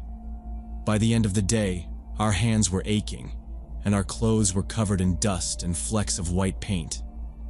Tom locked up the back door while I double-checked the windows on the ground floor. Sally packed up our supplies. The only keys we had were for the front and back doors, both with old brass locks that stuck if you didn't jiggle them the right way. As we walked to the car, the sun was setting behind the barn, turning everything orange and gold. We barely spoke on the drive home, just listened to the radio and planned out what needed to get done tomorrow. The next morning was the same routine. I made coffee, picked up Tom and Sally, and we drove out to the house. The grass along the driveway was wet with dew, and the house looked cold in the early light. We started working before 8. Tom got to the porch railings. Sally moved onto the bathroom trim, and I started scraping the hallway walls. The day passed quietly, except for the occasional crackle of static from the old radio I brought. The paint went on smooth. By late afternoon, Tom left to run an errand in town, and Sally said she'd take the car and pick him up after she finished up in the master bedroom. That left me alone for the evening. I didn't mind. There was still plenty to do, and I liked the quiet. The house felt different with no one else moving around, though. Every footstep echoed. My own breathing sounded too loud. I set up a work light in the main hallway to finish the detail around the crown molding. The bulb was too bright, making everything outside that circle of light feel darker. My brush scraped along the woodwork, and I tried not to think about the time. Around 10, I noticed a faint noise. At first, I thought it was the wind rattling the old windows again. But as I kept painting, I realized it sounded more like voices, low, muffled, maybe coming from the far end of the hallway or one of the rooms off to the side. I stopped, listening. The noise faded for a second, then came back, like someone talking behind a closed door. I set my brush down and wiped my hands on my pants. The radio was turned off, and my phone was on the counter in the kitchen. I stood in the middle of the hallway looking toward the open doors. The only light was my work lamp, which made the rest of the house seem even darker. The voices, if that's what they were, stopped as soon as I started paying attention. I waited, not sure if I'd actually heard anything. Maybe it was just the old pipes settling, or sounds carrying from outside. The house was almost 130 years old. It made all kinds of strange noises when the temperature dropped at night. Still, I walked through the rooms one by one, peeking inside, shining my flashlight across the floors and up into the corners. The shadows didn't move. No sign of anyone. Nothing but dust and the smell of paint. I looked out the window, but the yard was empty, the road dark and silent. I checked the back door, making sure it was locked, then went back to my work. For the next hour, I kept glancing over my shoulder, half expecting to see someone standing in the doorway. Nothing changed. The house was silent, except for the occasional creak of wood and the soft sound of my brush against the wall. I told myself it was just fatigue. I'd been up since 5, painting nonstop, and sometimes when you're tired, your mind fills in the blanks with things that aren't really there. When I finished the last section of molding, I turned off the work light, packed up my supplies, and locked the front door. The hallway behind me was pitch black. I stepped outside into the cool air, listening to the sound of my own footsteps on the gravel, and tried not to look back at the windows as I walked to the car. The third day started out like the others, with all 3 of us meeting at the house early and getting straight to work. Tom focused on the porch columns, Sally was upstairs tackling the small bedrooms, and I worked in the dining room, finishing up the window frames. We tried to keep up a steady pace since we'd lost some time already, and the deadline was approaching fast. As the afternoon faded into evening, the light coming through the windows turned yellow and thin. Tom suggested we stay late to get ahead, and Sally agreed, so we brought some snacks and planned to work through the night if we had to. It was just past 9 when it happened. The house was quiet except for the occasional thud of Tom moving furniture or the soft clatter of Sally's paint can on the hardwood. I was packing up some brushes in the kitchen when I heard Sally scream from upstairs. It was a sharp, desperate sound, nothing like the usual shouts we'd traded all week. I dropped everything and ran up the stairs. Tom was already at the top, looking as startled as I felt. We rushed down the hallway to the far bedroom, where Sally was standing against the wall, her hands shaking, eyes wide. She pointed at the closet door, which was hanging open. "They were in there," she said, her voice shaky. "2 people, they just ran out." right past me. I stared at the open closet, trying to process what she was saying. Before we could even move, we heard footsteps racing down the hall, and then the creak of the back staircase. For a split second, Tom and I both stood frozen, and then we heard the sound of the rear door slamming shut. We all realized at once that these weren't just shadows or tricks of the mind. These were real people who had been hiding in the house the entire time we'd been working. The shock made the air feel heavy. Tom locked the door to the room and checked the window while Sally slumped against the wall, breathing hard. I told them to stay put and pulled out my phone, dialing 911. I could hear my own voice shaking as I told the operator there were intruders in the house. Within 20 minutes, 2 police cars pulled into the driveway, their headlights cutting through the dark. 4 officers stepped out, flashlights already in hand. Tom and I met them at the door and explained what happened as clearly as we could. They moved in quickly, spreading out through the house, 2 of them heading straight upstairs while the others checked the basement and main floor. We followed at a distance, watching their flashlights move through the darkness. The search took almost an hour. The officers went from room to room, opening closets, checking behind doors, and shining their lights into the corners. In the basement, they found signs of people living there. Old sleeping bags, piles of dirty clothes, food wrappers, and empty water bottles.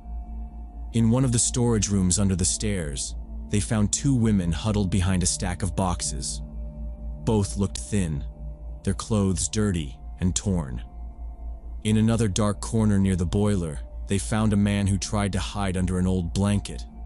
The officers told them to stand up and show their hands. All 3 looked terrified, but they didn't resist. One of the officers pulled us aside and explained they'd found several makeshift knives and sharpened metal tools on the intruders. Nothing sophisticated, but dangerous enough. The women said nothing, just stared at the floor. The man mumbled about having nowhere else to go, that they'd been there since last winter, even before the new owner bought the place. They claimed they didn't want trouble, just needed a warm place to sleep. The police kept the 3 of them in the kitchen while other officers went through the rest of the house, looking for more evidence.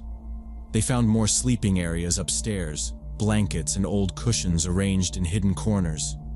There were empty cans, a few old books, and a broken phone charger plugged into a wall outlet. The officers told us they'd been using a broken basement window to get in and out, slipping through at night and avoiding the main rooms during the day. That explained why we hadn't seen them before. After gathering their things, the police put the 3 homeless people in the back of the patrol cars. One officer took our statements and said they'd be charged with trespassing and possession of weapons. He showed us the basement window where the latch was broken clean off, pointing out the marks where it had been pried open over and over.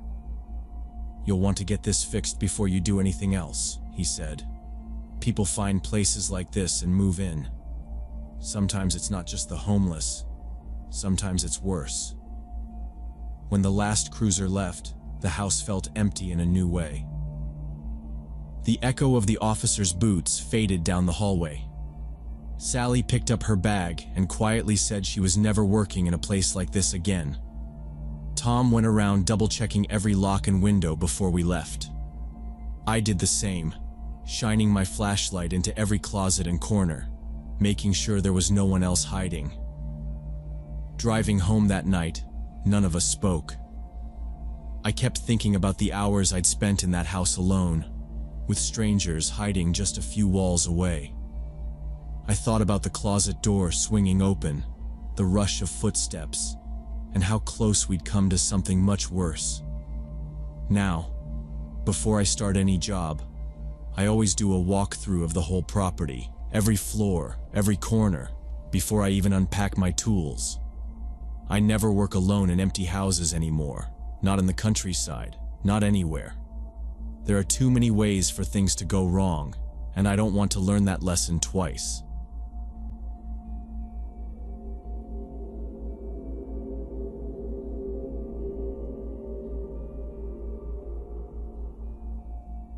When I was 17, senior year in Phoenix, I got a friend request on Instagram from this account called Tyler Phoenix 2007.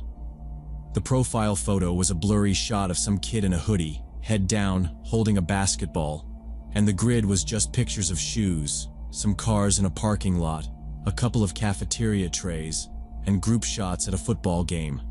The bio only had a fire emoji and PVHS07. We went to Paradise Valley High, but 07 didn't make sense for his grad year, unless it was just a username thing. His follower count was pretty average for someone at my school, around 400, and I saw a lot of mutuals from my year and the year below me. I scrolled through his photos for a second, trying to see if anything clicked, but most of them could have been anybody. Just random kids in groups, faces half covered, a pile of Nikes on a bed, an empty classroom with a Snapchat filter. Nothing stood out, but I figured maybe he was in a different grade or had a different friend group. Sometimes people from other schools or from church would pop up with requests too. His stories were the same, just him and friends at the mall, a ticket stub from a Suns game, some gym selfies with the faces covered. I looked for any weird DMs or anything off, but nothing. We had 7 mutual friends.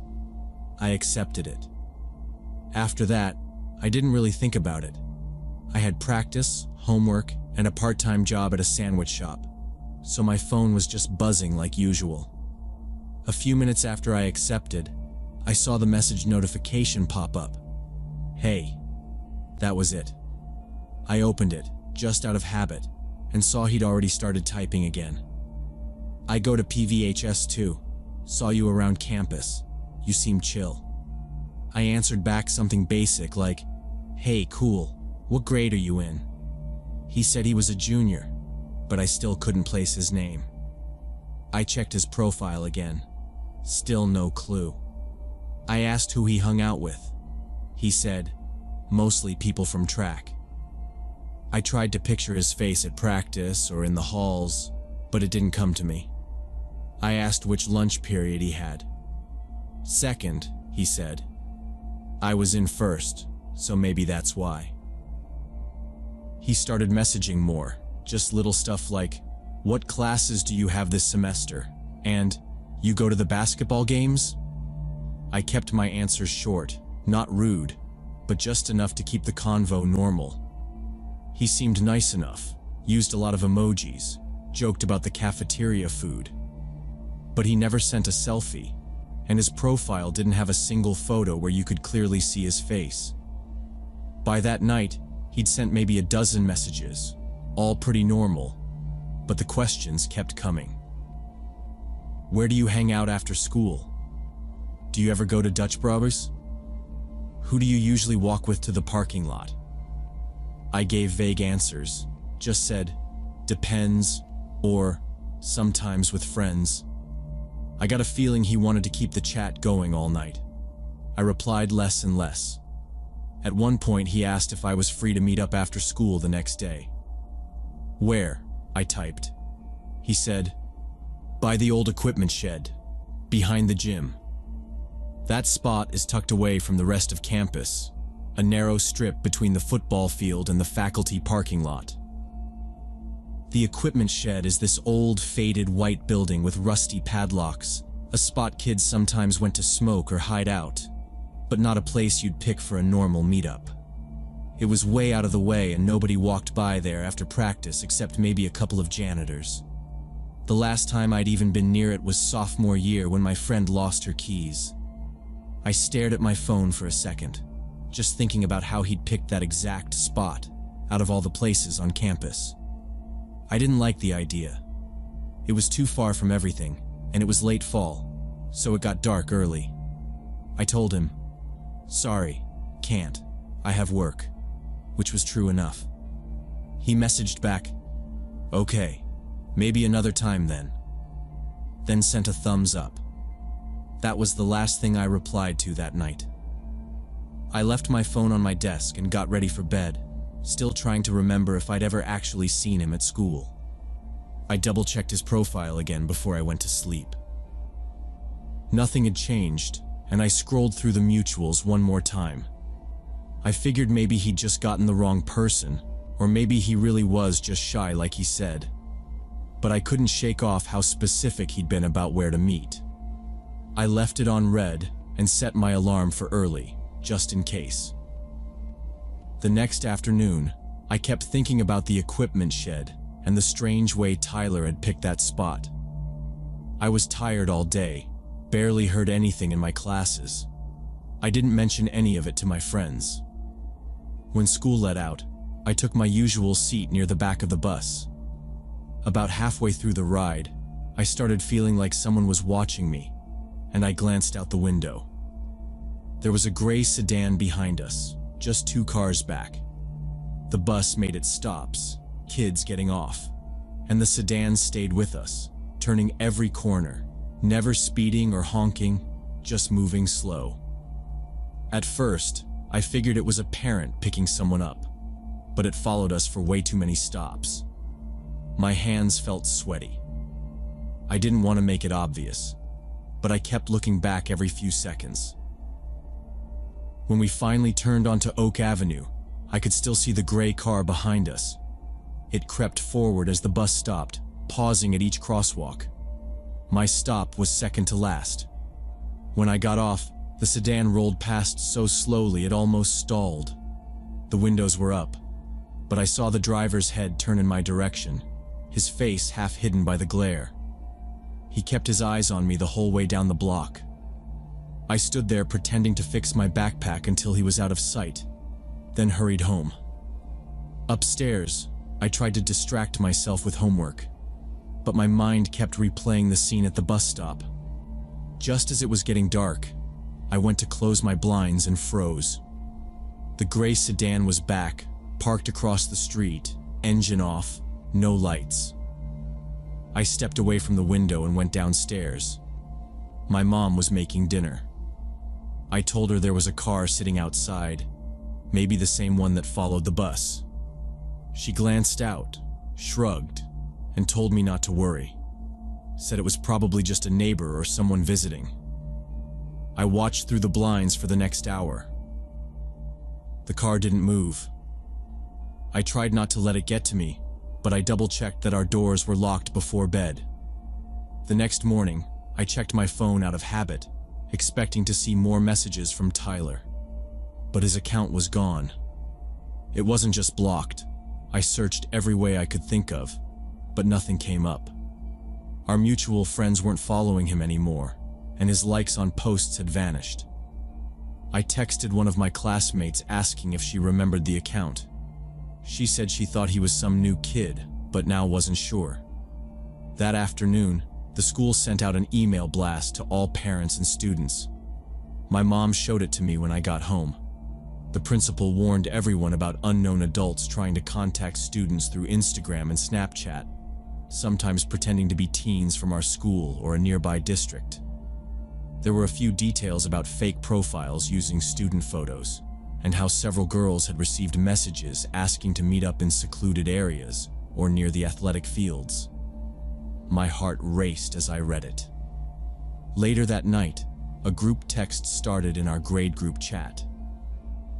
Someone posted that the police had visited her house after she'd reported creepy DMs from a guy who claimed to know her schedule and asked to meet her behind the field house. More people chimed in. Different accounts, but same approach. Always a normal-looking profile. Always asking to meet somewhere out of sight. A few even mentioned seeing unfamiliar cars on their street or at their bus stops after turning down a meetup. I scrolled through the messages, feeling a pit in my stomach as I saw the pattern. By the next day, police cars were circling the campus in the mornings and afternoons, and teachers started checking IDs at the gates. The counselors came to homeroom to talk about online safety and told us to report any contact from strangers immediately. Someone's older sister who worked at another high school said the same thing was happening there. All the accounts were a little different. Different names, slight changes in usernames, but the photos looked similar, and the conversations were always the same. The accounts would vanish as soon as someone got suspicious. investigators figured out that an adult man had been creating these fake teenage profiles to talk to high school girls across several neighborhoods. The police said he'd used stolen images and changed up the details every time. The gray sedan I saw kept coming up. Other girls in our district said they saw similar cars parked near their houses after they ignored the DMs or declined to meet. None of the girls actually went to the meeting spots, and the ones who reported the accounts got the messages to stop for a while. The police never caught him. They found the profiles linked to a bunch of different email addresses, all traced through VPNs. The guy just disappeared off social media, and the cars stopped showing up. Still, the school locked down on security, and assemblies became all about online predators and how to spot fake accounts. The story even made the local news, but with no arrest and no real leads, everyone just had to move on. I deleted all my social media accounts for a long time after that. No Instagram, no Snapchat, barely any texts from anyone who wasn't a close friend. Even when things went back to normal, I kept my settings locked, and I never accepted a request from anyone I didn't know in real life. When I walked home, I always checked behind me, kept my keys in my fist, and never took the same route 2 days in a row. It's weird, but I still look for gray sedans on my street sometimes. Now, every time someone tells me a story about meeting new people online, I get uneasy. You think you're just talking to another student, but it can be someone watching, waiting, trying to find out your routine. It's not like in movies. There's no dramatic ending, no big arrest. You just stay alert and hope you never see that car or that kind of message again. It's always in the back of my mind now that some people online aren't who they say they are, and you never really know their intentions until it's too late.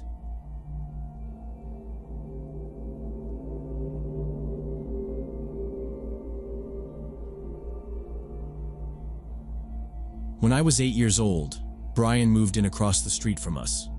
He was 9, a skinny kid with bright red hair, pale skin, and freckles across his nose and cheeks.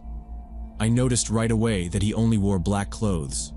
Always black jeans, a black t-shirt, sometimes a hoodie even when it was hot. He didn't talk much to the other neighborhood kids, and when he did, he kept his voice low, almost whispering, so you had to lean in to hear what he said. It was summer, and most days we played outside till dinner, riding bikes up and down the cracked sidewalk or kicking a ball against the curb. I was curious about Brian, so I started saying hi, even though he barely looked at me. After a while, he'd walk over to my yard and stand there with his hands in his pockets, just watching. One afternoon, he finally said, "I can read people's minds, you know." His eyes stayed on the ground, but he looked up at me from under his hair. I didn't know what to say, so I just shrugged and told him I didn't believe him. He smirked a little, not really a smile, and said, "You don't have to. I already know you're lying." I remember thinking he was weird, probably just trying to mess with me, so I laughed and went back to my basketball. But Brian didn't go away. He watched me shoot hoops for a while, then said, "Your mom hides cookies in the green tin on the top shelf." I froze. I never told anyone that. My mom had a green cookie tin she tried to keep secret, and I was the only one who found it. I asked Brian how he knew. He just tapped his finger on his temple, real slow, and whispered, "I just know stuff." It wasn't just once. A few days later, we were sitting on my porch steps, and he said, "Your dad's coming home late tonight because he stopped at the gas station. He's getting cigarettes, even though he says he quit." My dad did come home late, and I heard my parents fighting about cigarettes after dinner. I started feeling unsettled whenever Brian was around. He'd come by without knocking, just standing on our lawn staring up at my window until I noticed him. Sometimes he'd say something that I'd only been thinking about, like, "You wish you could go to the pool more," or "You're scared of the basement." It was never anything big, but it was always right. When I asked him how he knew this stuff, he just smiled a little, never really showing his teeth, and tapped his temple again. My mom asked about my new friend. I didn't know what to say. I told her Brian was a little weird, but seemed okay. She watched him from the kitchen window sometimes, and once she said, "Is that boy all right? He seems quiet." She told me to be polite but careful, which just made me pay more attention. I started watching Brian more closely. When we played, he never seemed to get excited or laugh much. Even when we rode our bikes down the hill as fast as we could, he just gripped the handlebars tight and stared straight ahead. If I wiped out, he'd just look at me and say, "You should have been more careful." He never offered to help me up. By the middle of summer, the other kids in the neighborhood stopped hanging around us. One time, I heard two of them talking near the mailbox about how Brian was a freak and that he watched people when they slept. I didn't believe them, but I did notice how he always seemed to know when someone was coming. If a car drove up the street, he'd say who it was before we could see. "That's your grandma. She's bringing ice cream." Or, "Mailman's late. He spilled his coffee at the corner." It was never wrong. I stopped inviting him over, but it didn't matter. Brian would just show up anyway, sitting on my front steps or waiting on the curb until I came outside. Sometimes I caught him watching my house from behind the tree across the street. Once I saw him standing in the dark by his front window, just staring at ours for a long time. The weirdest thing happened the night I left my window open. I heard a tapping on the glass, soft and slow, and when I got up to look, Brian was standing in his yard, staring up at me. He mouthed something I couldn't hear. I shut my window and locked it. After that, I started feeling like I was being watched all the time.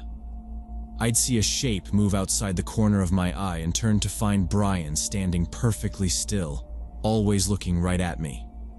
I asked him once why he kept doing that. He said, "Just making sure you don't forget." I asked, "Forget what?" But he just shook his head and didn't answer. I told my parents, but they just said he was probably lonely or having a hard time adjusting to the new place. One afternoon, we were hanging around the edge of the local park, and Brian suggested we go to the old water tower. The tower was off limits, rusty, and covered in graffiti, but it was where older kids sometimes dared each other to climb. I told him we'd get in trouble, but he just stared at me until I felt like I had to say yes. The sun was low, and the park was empty except for us. I followed Brian up the ladder, the metal cold and a little slick under my hands. The tower felt taller than I remembered, and halfway up, I looked down and felt dizzy. Brian didn't hesitate or look back. He just climbed, one hand after the other, fast and steady. When we got to the top platform, I felt the wind more. You could see all the houses, our street, the rows of roofs, the dry grass behind the baseball field. Brian didn't say anything at first. He leaned on the railing, staring out at the trees, and I sat down, trying to keep my breathing quiet. My hands were sweating. Suddenly, Brian turned and grabbed my shoulders hard. His face twisted up, his lips pulled tight, and his eyes looked flat, almost angry. His fingers dug into me, and I couldn't pull away. He leaned right in and said, loud and clear, "I can control people's fates. I know all your secrets." His voice sounded different, more grown up. Then he shook me, hard. "If you don't do what I want, I'll tell everyone at school about you. I'll make up stories, and no one will want to talk to you again."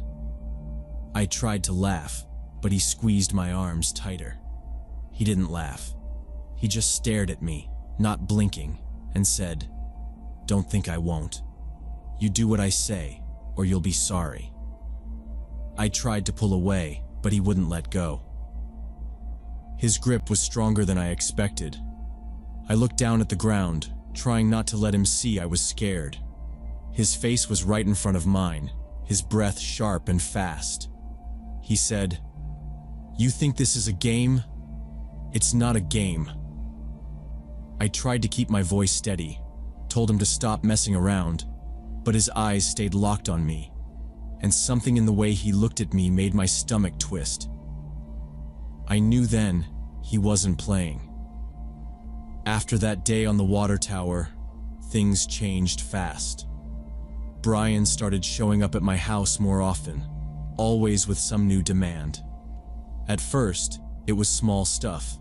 He'd say he forgot his lunch or didn't have any money for the ice cream truck. But then he told me I had to bring him money from my piggy bank every week. If I hesitated, he'd threaten to tell my parents that I'd broken something in his yard or stole candy from the store. I knew he was lying, but the way he said it made me freeze up. He made me do his homework too. Math, spelling, reading, whatever. Sometimes he'd shove his worksheets at me after school and whisper, "You know what happens if you say no." I didn't even try to argue anymore. Then he told me I had to cover for him. He'd disappear for hours, and when his mom or mine asked, he'd nudge me to say we'd been together, playing video games or riding bikes. Once, my mom asked why I was always at Brian's house. I just said he needed help with homework. The lies started to pile up, but Brian acted like he was in control of all of it. One afternoon, he held up his phone and showed me some random screen. "This app tracks you," he said, "so don't try to hide." He kept saying he always knew where I was, and I didn't question it.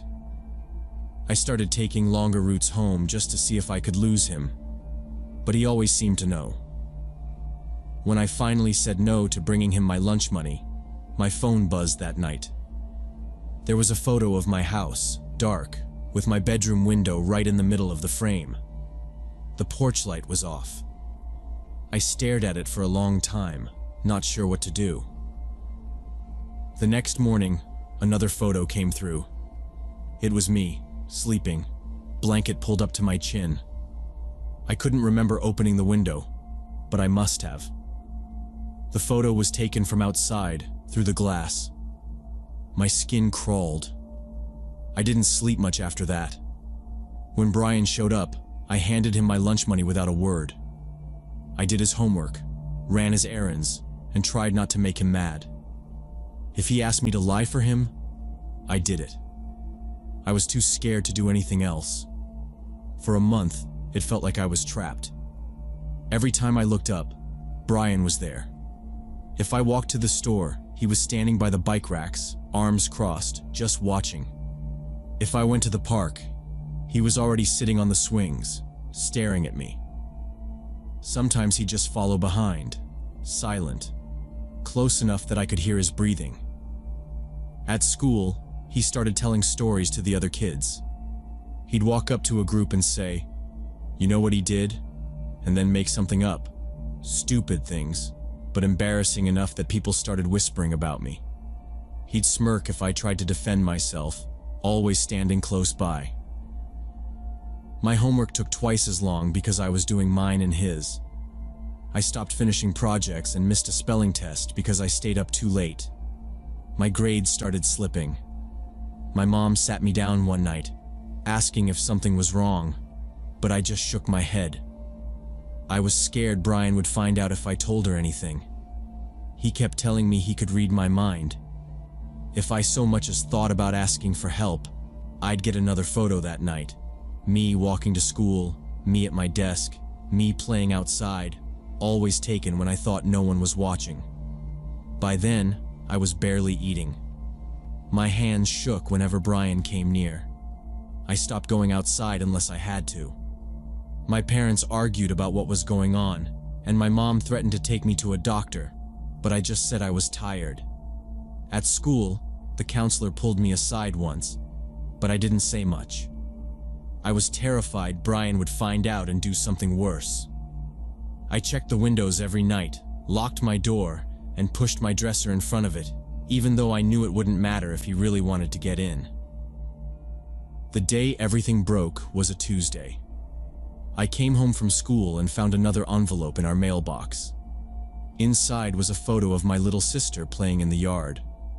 The note with it said, "I see everything."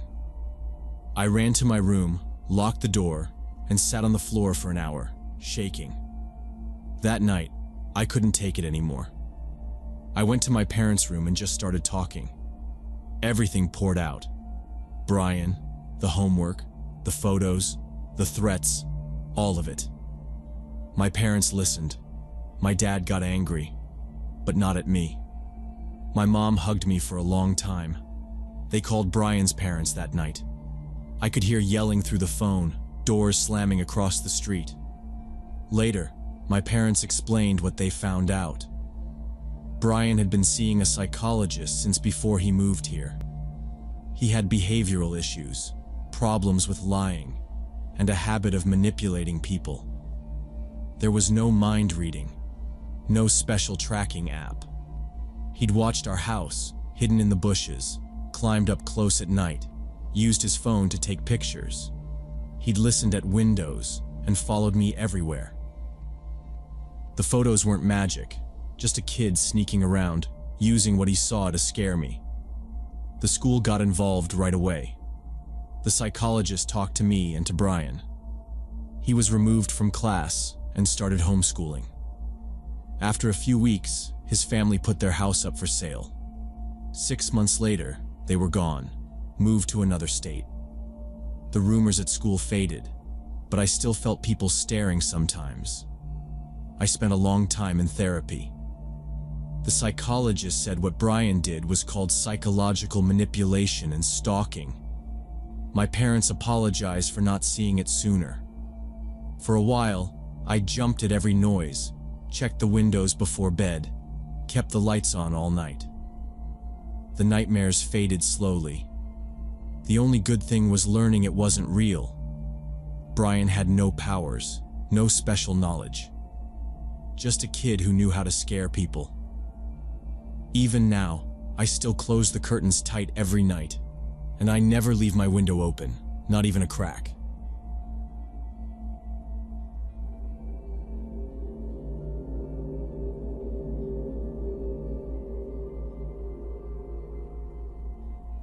When Grace turned 11, she begged me for a sleepover birthday party. She'd been planning it for months, had the invitations all handwritten, and had a list of snacks she wanted to help make.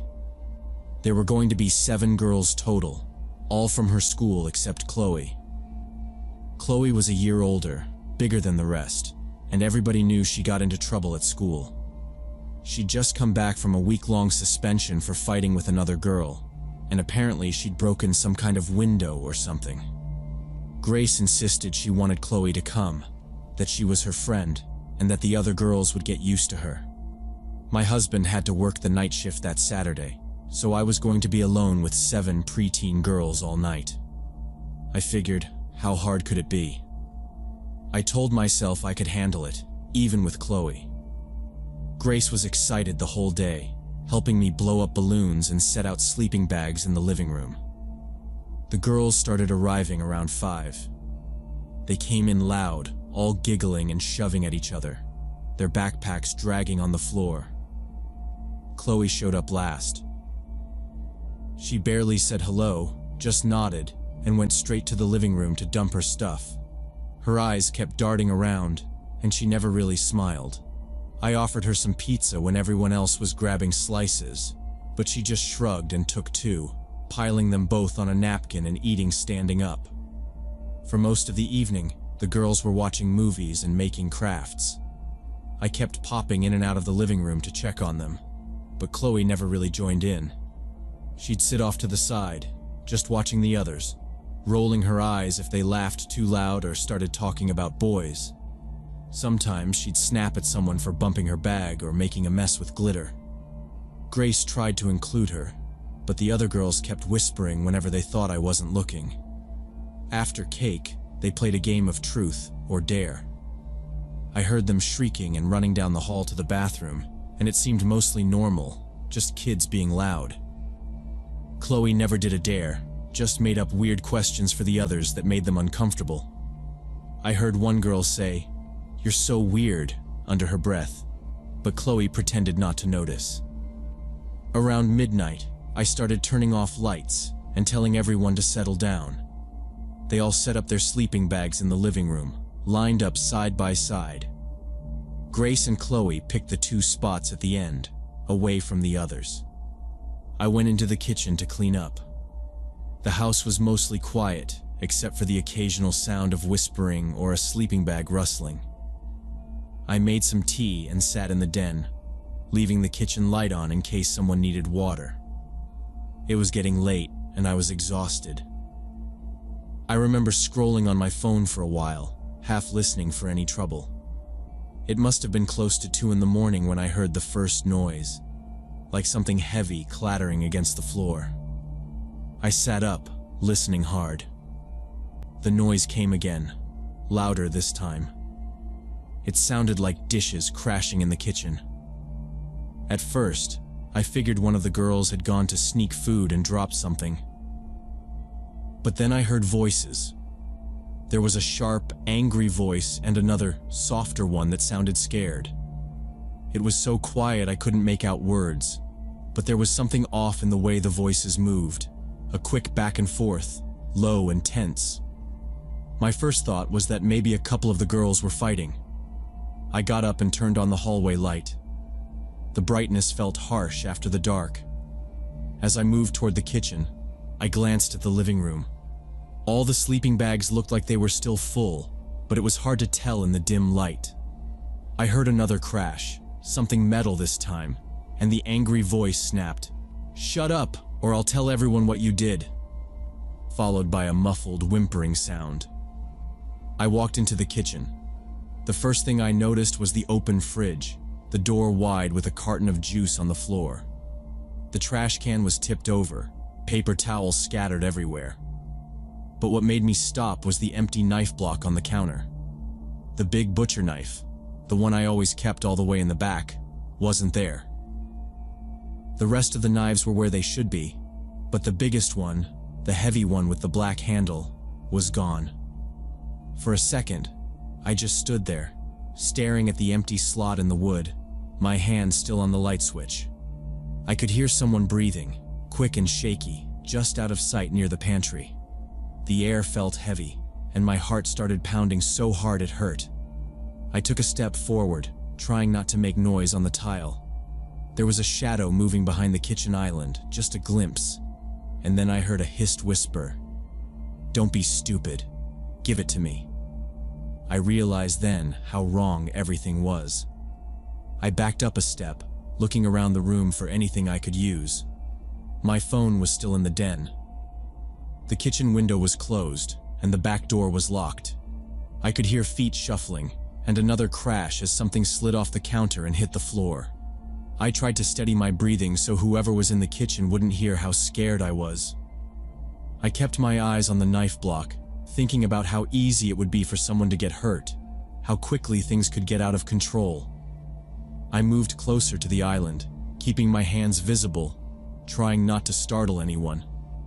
In the next second, I saw a pale hand clutching the missing knife. It was Chloe. Her face was twisted with anger, her other hand balled in a fist.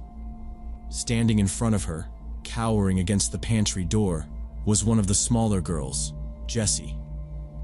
Jessie's eyes were wide, her mouth shaking like she wanted to scream but couldn't. I could see the tip of the knife shaking as Chloe tightened her grip. "Chloe, put the knife down," I said, forcing my voice to stay calm. I didn't move any closer. My mind was racing, trying to remember if the house phone was in the kitchen drawer, if the other girls were really still in the living room. Chloe's chest was heaving, her whole body tense. Jessie whimpered and pressed herself against the door, tears running down her cheeks. I kept my hands up, my feet planted. I could hear the hallway clock ticking behind me, each second too loud. Chloe didn't answer. She just glared at me, then back at Jessie. The knife flashed in the overhead light.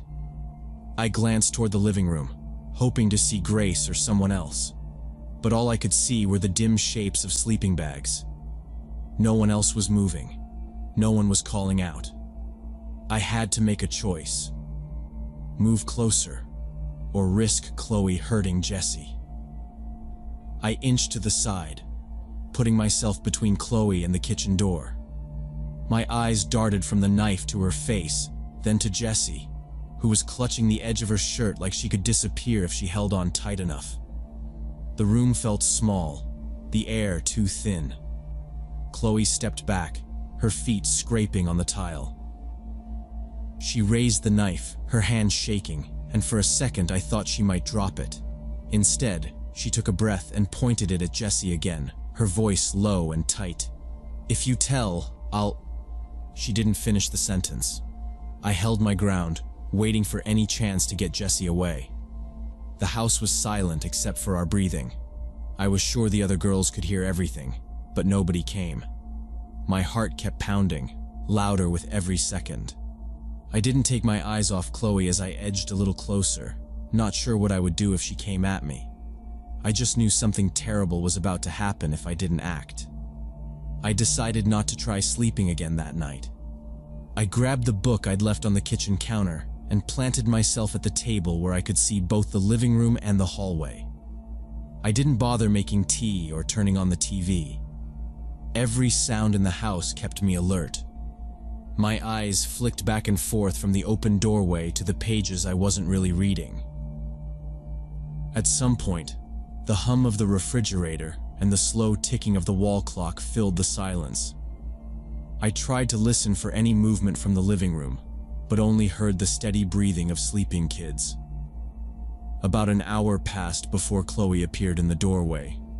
She walked in without saying anything at first, then stopped and looked at me, her face half-shadowed. "Why aren't you sleeping?" she asked, almost like she was irritated I was still awake. I shrugged and told her I was having trouble falling asleep, just keeping an eye on things. She stood there for a second, then glanced to the knife block, her eyes narrowing at the empty slot. She asked again if I was tired, and I just shook my head. Finally, she turned and went back to the living room. I watched her until she disappeared around the corner. I kept reading, or at least tried to. Around 4 in the morning, Chloe came to the kitchen again. She didn't say anything this time, just hovered in the doorway, watching me. I could see her hands curled up in the sleeves of her hoodie. Her eyes kept moving between me and the counter. I didn't get up. I told her quietly that if she wanted a snack or water, she could help herself. She just frowned and went back to the living room, her feet dragging on the floor. After that, I forced myself to keep watch. I stared at the sleeping bags through the archway, trying to count heads. It was hard to tell with all the blankets, but it looked like someone was missing. I got up and checked the hallway and bathroom, but there was no sign of any of the girls awake or moving around. I couldn't tell if someone was hiding, or if I'd just lost track of who'd gone where. I looked back into the living room. Everyone looked asleep, except for Chloe, who I caught peeking at me from her pillow, her eyes wide open. I sat down again at the table and kept the book open in front of me, forcing myself not to nod off, waiting for morning to finally come.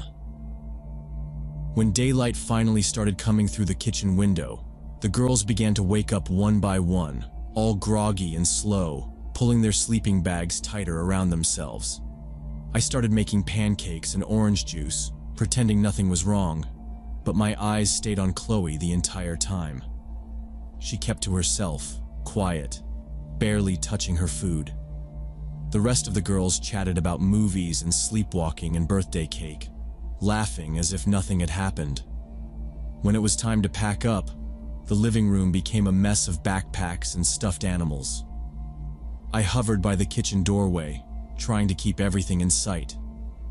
I watched Chloe stuff her clothes into her overnight bag, looking over her shoulder once to make sure I wasn't watching. But I saw it. something long and metallic, wrapped in a t-shirt. She slid it into the bag quickly, zipping it up before anyone else could notice. My stomach dropped. There was no mistaking the shape. It was the missing butcher knife. She was taking it with her. I thought about confronting her, calling her parents, grabbing the bag, but my hands shook and my mind raced with what could happen if I made a scene. The other girls were hugging goodbye, their parents waiting outside. I just stood there, frozen, as Chloe picked up her bag and walked past me. She met my eyes for a second, her face blank, then turned away and went out the door without saying anything.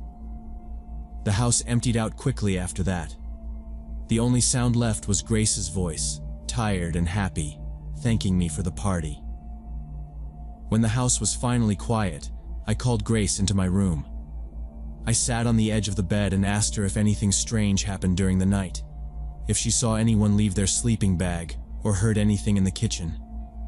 She looked confused, her hair still tangled from sleep, and shook her head.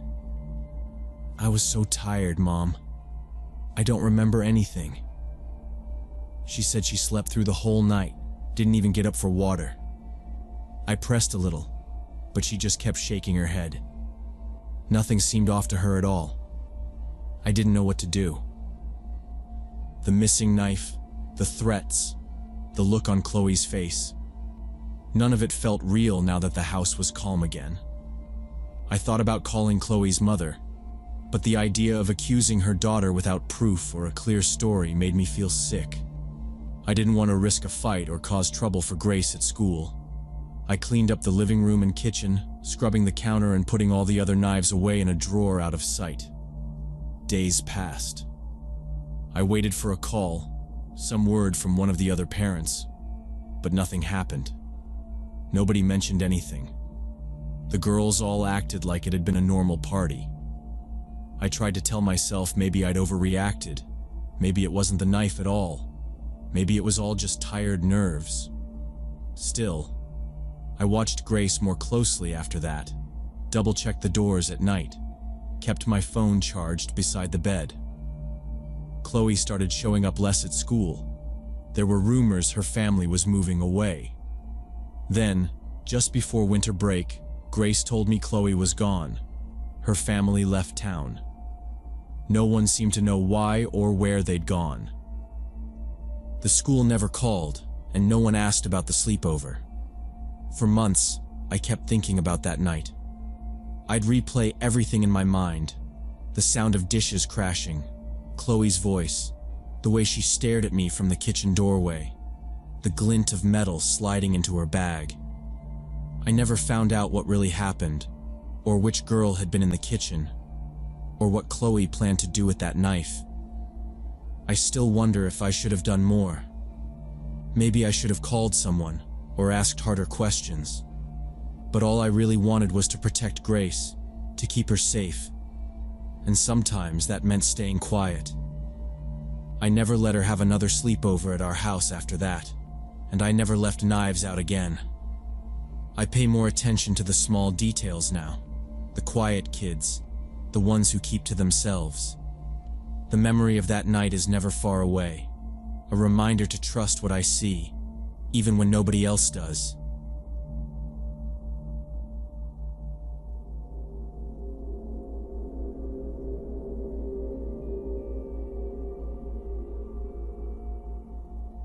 When I was 9, my family lived in a row of townhouses that sat on the edge of a big parking lot in suburban Atlanta.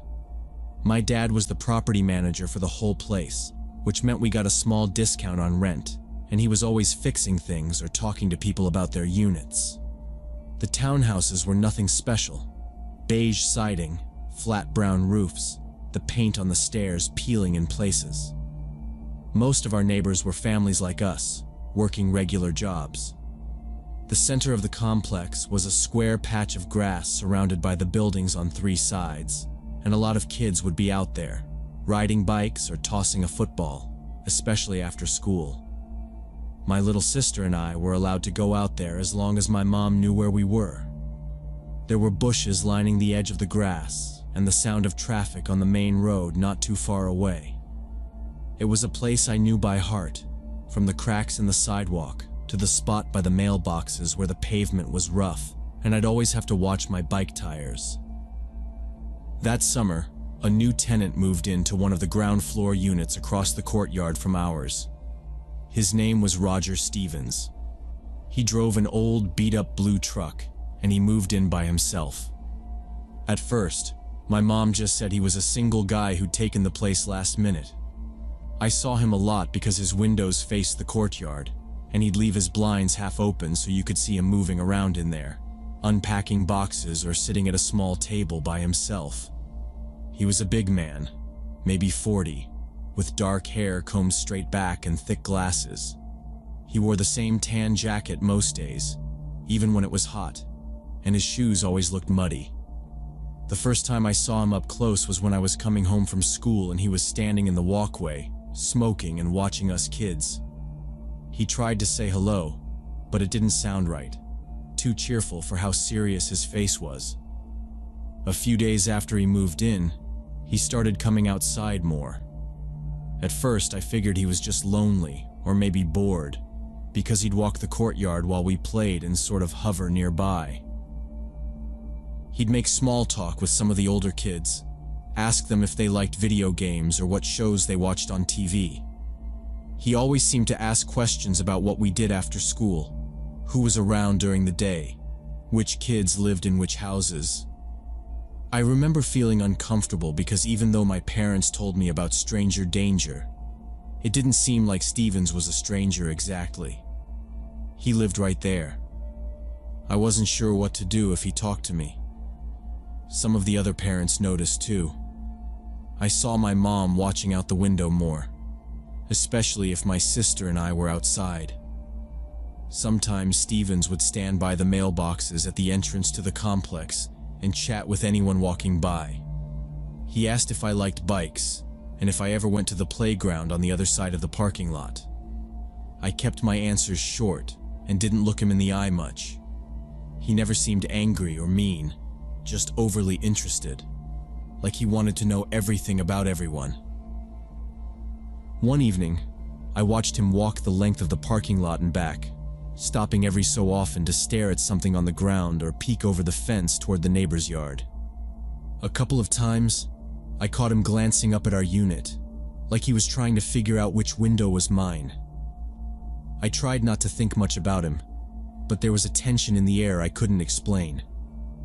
Some days, the other kids would leave as soon as he showed up, pretending they had to go home for dinner.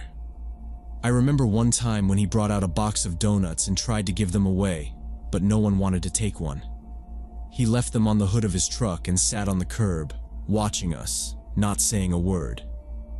After that, I started riding my bike further away from his place, even though my mom didn't like me going too close to the street.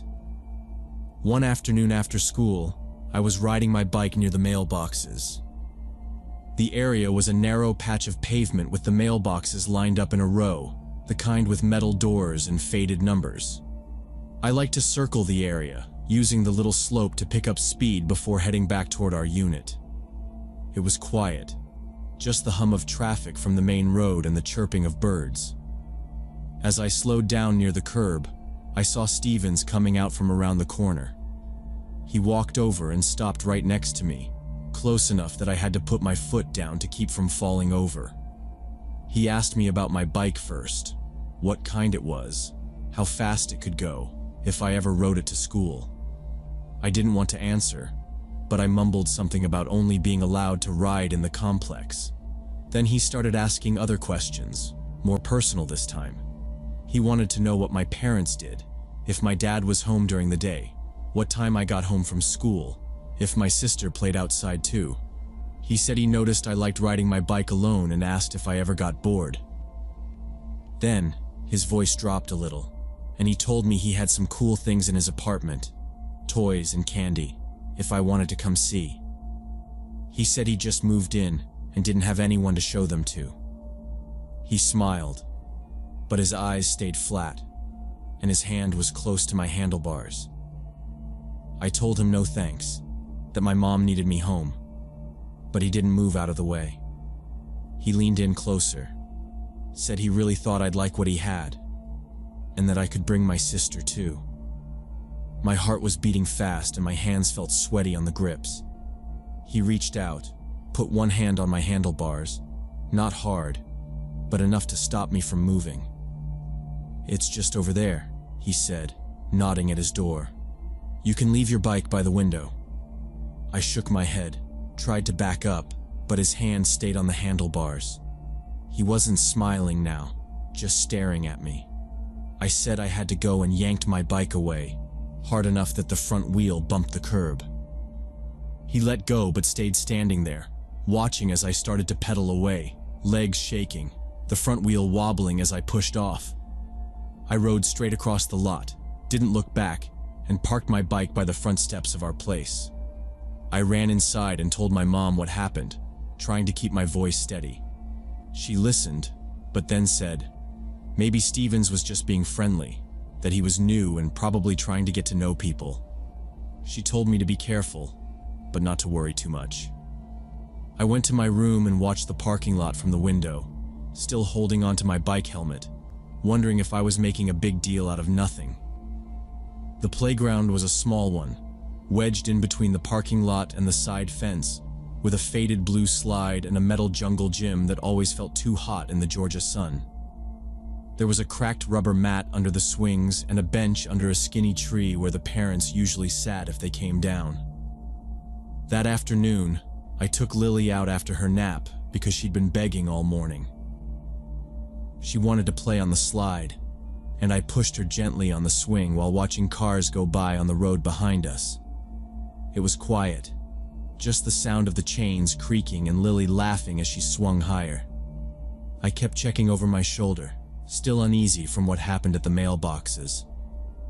After a few minutes, I saw Stevens come around the corner from the direction of his apartment. He was wearing the same tan jacket, even though it was hot, and he didn't look at me right away. He came up to the playground slowly, hands in his pockets. My stomach dropped as soon as I saw him, and I squeezed the swing chains tighter. He said hi to Lily, but she didn't answer, too focused on trying to pump her legs. Then he turned to me, smiled, and took out his phone. He said he wanted to show us something interesting, something we'd never seen before. I stood between him and Lily as he scrolled through his phone. He held the screen out, close to my face, and I saw right away that the pictures were wrong. I'd never seen anything like that before, but I knew it was bad, the kind of thing I'd heard about from school talks and safety videos. Stevens leaned closer and whispered that he had more like that at his place, better ones, and he asked if Lily wanted to come see his special collection. My sister looked at him, confused, and asked if he had puppy pictures. He nodded, smiling wider, and reached out his hand like he was going to take hers. My heart started pounding. I stepped between him and Lily, grabbed her arm, and told her we had to go right now. Stevens tried to talk to us again, but I ignored him and pulled Lily off the swing. She whined that she wanted to stay, but I kept walking, dragging her by the wrist across the playground wood chips and out toward the path that led back to our apartment. I didn't stop, not even when she tripped and started crying. I picked her up and half carried, half dragged her the rest of the way, looking over my shoulder the whole time. Stevens didn't follow, but I saw him standing there, phone in hand, just watching us walk away. When I got home, I slammed the door and locked it. My mom was folding laundry in the living room. I put Lily down and told her everything, from the mailboxes to the playground, trying to remember every detail. My mom listened, her face getting tight, and when my dad came home a little later, she made me tell it all again. My dad didn't get angry or yell. He just sat down at the table and started asking questions. He wanted to know exactly what Stevens had said, what he showed us, what direction he tried to take Lily. He asked how long Stevens had been at the playground, if anyone else had seen him, if there were other kids around. My hands were shaking and I kept looking at the door, expecting to see Stevens' face in the window. My mom held Lily on her lap and listened, rubbing her back. My dad looked at me for a long time and then said, "You did the right thing. You came straight to us. That's what you're supposed to do." He picked up the phone and called the police. He explained that there was a new tenant making inappropriate advances toward kids, describing what I had told him in a low, steady voice. My mom was on her phone, texting other parents in the complex, warning them not to let their children outside alone, telling them what Stevens looked like, what had happened. Within a few minutes, the courtyard was quiet. The usual after-school crowd of kids vanished, doors shut, curtains pulled tight. The police arrived about 20 minutes later. They parked near the playground and started talking to my dad, then to me. I told them everything again, pointing out which window was Stevens, where he'd tried to lead Lily, what he'd shown us on his phone. An officer walked over to Stevens' unit and knocked. I watched from behind the curtains. Stevens answered, still wearing his tan jacket, still acting like nothing was wrong. The officer spoke to him for a while, then asked to see his phone and go inside. I saw them talking in the doorway for a minute before they all disappeared inside. More police cars showed up, lights flashing but no sirens. We watched as the police went in and out of Stevens' apartment. At some point, they brought him out in handcuffs. He didn't look at us, just stared at the ground. They put him in the back of a squad car. An officer came to talk to my parents again. They said they found what they were looking for. Images on his phone and computer that proved he'd been doing things he shouldn't. They said I was brave for coming forward, that things like this were serious, and it was important we had said something right away. I didn't feel brave. I just felt tired and scared, and wanted everything to go back to normal. In the days that followed, my dad had to talk to the police again. He wrote down the complaints he'd heard from other families, the things Stevens had said and done since he moved in. Some parents admitted they'd seen him hanging around the playground or trying to talk to their kids too, but hadn't thought it was anything serious. The police asked my dad to testify about the problems residents had reported and about what I'd told them.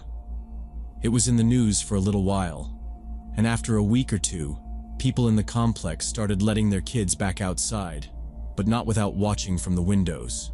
Stevens never came back. His apartment was emptied out by men in gloves.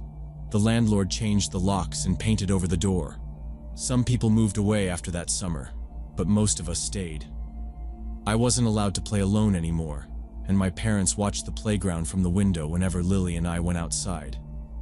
I thought about Stevens every time I passed his old unit, or rode past the mailboxes. What happened changed the way I looked at the world. After everything, my parents sat me down and told me again how important it was to pay attention to my instincts. They said adults who try to get kids alone or show them things they shouldn't aren't safe no matter how normal they seem. I learned that bad people don't always look scary. Sometimes they act friendly, or pretend to care about what kids like, or try to be a neighbor. I was grateful my parents taught me to speak up, even when I wasn't sure if it was the right thing to do. I never forgot what Stevens did, and I never forgot how close it came to being worse. Now, I tell other kids what to watch out for, because you never really know who might be watching you from behind a window.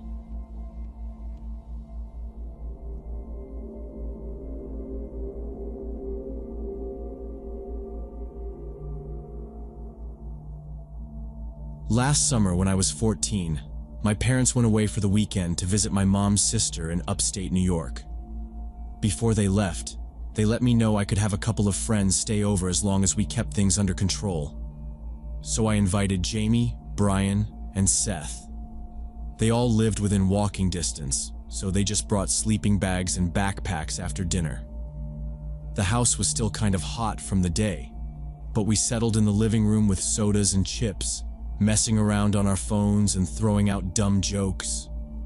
Around 8, We played a couple of rounds of Mario Kart, and then scrolled through Netflix for something we all could agree on. The kitchen light was on, and every once in a while someone would get up for more snacks or ice, leaving the front door open to let a little air in. It was nothing special, just a normal sleepover, nothing wild. My parents' house is a plain 2-story in a quiet neighborhood, surrounded by other identical houses, each with a patchy lawn and a chain-link fence. There's a sliding glass door at the back that leads to a small patio, and beyond that, just some weeds and a narrow strip of grass. Our backyard is small, fenced off on 3 sides, with a shed in one corner and a rusty swing set nobody uses anymore. The living room faces the back, so if you're on the couch, you can see out the window if the curtains are open. We didn't have them open at first, but Brian pulled the curtain aside just to see if it was still raining. By 11, we were hungry. Jamie suggested pizza, so I called the local place on my phone and used the house number for delivery. They said it'd be about 35 minutes. Seth went to the kitchen to get more drinks. I sat by the window, waiting for the delivery guy, looking out at the empty backyard. I didn't notice anything right away, but a little while later, after the pizza came, I happened to glance out again. This time, I saw a faint white light moving along the fence at the far side of the yard. It was bouncing up and down, not like a flashlight someone was holding steady, but more like someone waving it around, trying to see where they were going. At first, I thought it was maybe one of the neighbors, maybe some kids cutting through the yards, but then the light paused, and I saw a shape move. It was a person, but it was too dark to see anything clear. The flashlight's beam swung slowly, catching on the glass of our back door. The others didn't notice. I nudged Jamie and pointed, whispering to keep it down. All of us ducked down behind the couch, peeking up at the window, trying to get a better look. The person outside didn't move away. Instead, they stepped closer, right up to the kitchen window, and held the light up, shining it in. The beam moved left and right, tracing the outline of the sink, the faucet, the counter with the old toaster. The person leaned in, their face lost in shadow, then turned and walked slowly along the back of the house. I didn't recognize them. The way they moved wasn't like someone who was lost or drunk. It was slow, like they were checking for something. When they got to the sliding glass door, they stopped and shone the flashlight directly inside, then tried the handle. I heard it rattle, just a quick clack, but it was locked. The light shifted again, passing over the swing set and the shed, then back to the house, then over each window, one by one. We all went silent, not even breathing loud. Jamie reached for his phone, but his hand was shaking and he almost dropped it. Brian whispered, "What should we do?" I didn't answer.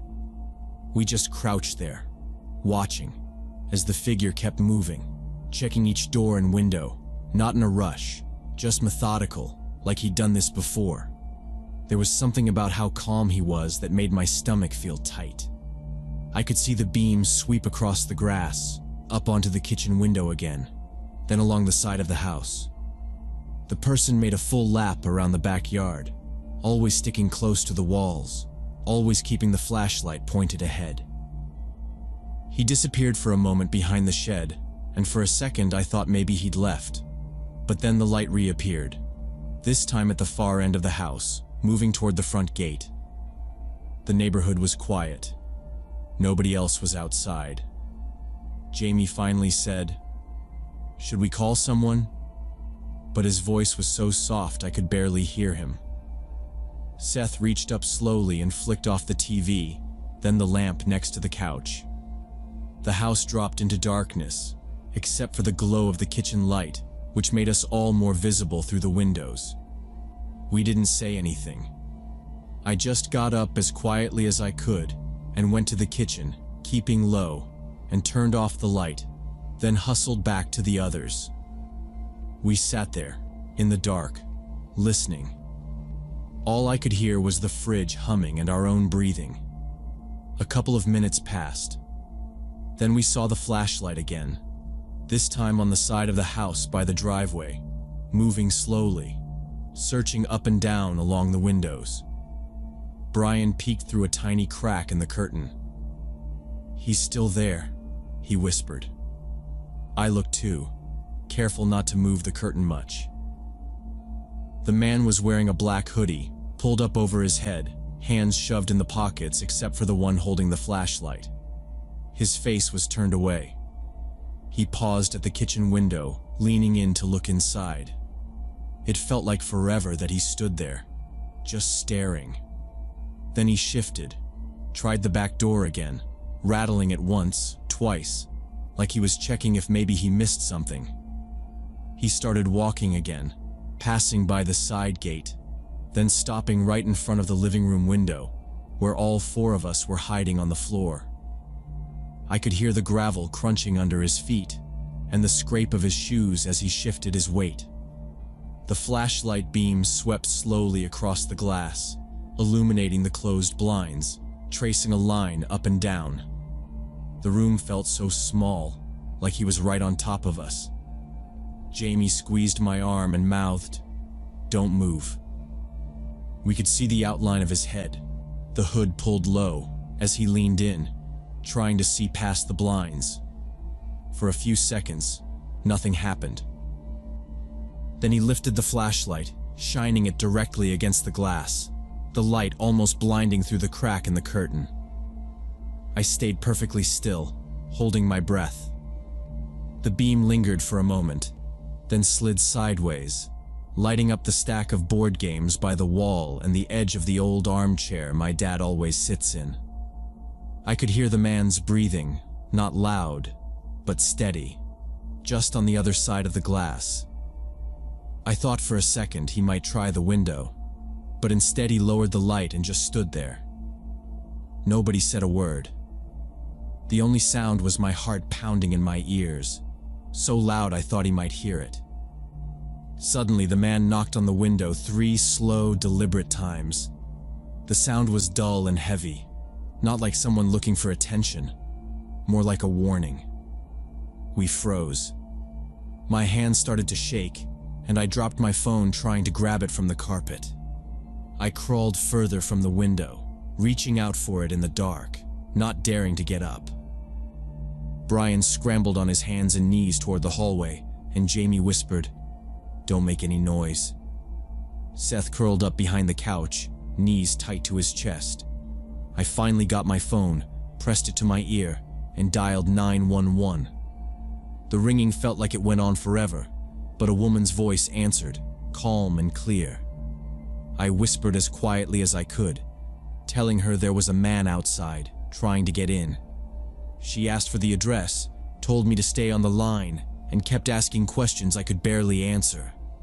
The knocking started again, louder, 3 sharp hits. The glass shook with each one. The man's shadow blocked the sliver of streetlight coming through the curtain. Seth started to cry, barely audible, muffled by his sleeve. The dispatcher told me help was on the way and asked if we could hide somewhere safe, but I didn't want to risk moving. I heard the man tugging at the window frame, the squeak of old wood and the rattle of the lock as he tried to force it open. I squeezed my eyes shut, picturing him breaking through, stepping into the room. Then there was silence. I couldn't tell if he'd moved away or was just waiting, listening for us. Jamie mouthed, "Is he gone?" I shook my head. We waited in the dark, barely breathing, listening for footsteps. Then the sound came again, softer, this time at the next window over. He was circling the house, trying every opening, jiggling the handle, testing the glass. The dispatcher kept telling me to stay calm and that officers were almost there. I could hear the man move to the kitchen window, the tap of metal on glass, maybe a tool. He rattled the back door, tried the garage side door, all of them locked. We stayed on the floor, as quiet as possible, every noise in the house suddenly sounding too loud. The air was heavy, hot, and it felt like time was stretching out, every second crawling by. My whole body felt frozen, just waiting for the next sound. The silence was broken by distant sirens, faint at first, then growing louder. At the same moment, the man's footsteps hurried across the gravel, faster this time, then fading away into the neighbor's yard. I peeked through the curtain and caught a glimpse of his back as he hopped the fence, dropping out of sight between two garages. I told the dispatcher he was running. The sirens pulled up in front, red and blue lights bouncing off the living room walls. I hung up, and we all started talking at once, voices shaky and quick. 2 police officers rushed in after knocking hard and announcing themselves. They checked every room, and then led us out onto the porch while they searched the backyard and the alley. I could see our gate hanging open, the lock snapped, splintered wood lying on the ground. The grass was flattened where someone had run through, and near the kitchen window, a small metal screwdriver lay half buried in the dirt. One of the officers shined his flashlight on boot prints in the mud, measuring the length with a small ruler from his belt. We gave our statements one at a time, trying to remember every detail: the shape of the man's face, the color of his clothes, the way he moved. Jamie told them about the flashlight and how he watched the beam go from window to window. Brian described the man's height and how he kept both hands close to his body. Seth could only say he remembered the knocking and the sound of the window rattling. The officers wrote everything down, asked about anyone we might know who would want to scare us, but we had no answers. They told us we'd done the right thing by calling right away and locking all the doors and windows. They said they'd talk to neighbors and check for security cameras on nearby houses. The officers stayed for nearly an hour, dusting for fingerprints on the window frames and bagging the screwdriver.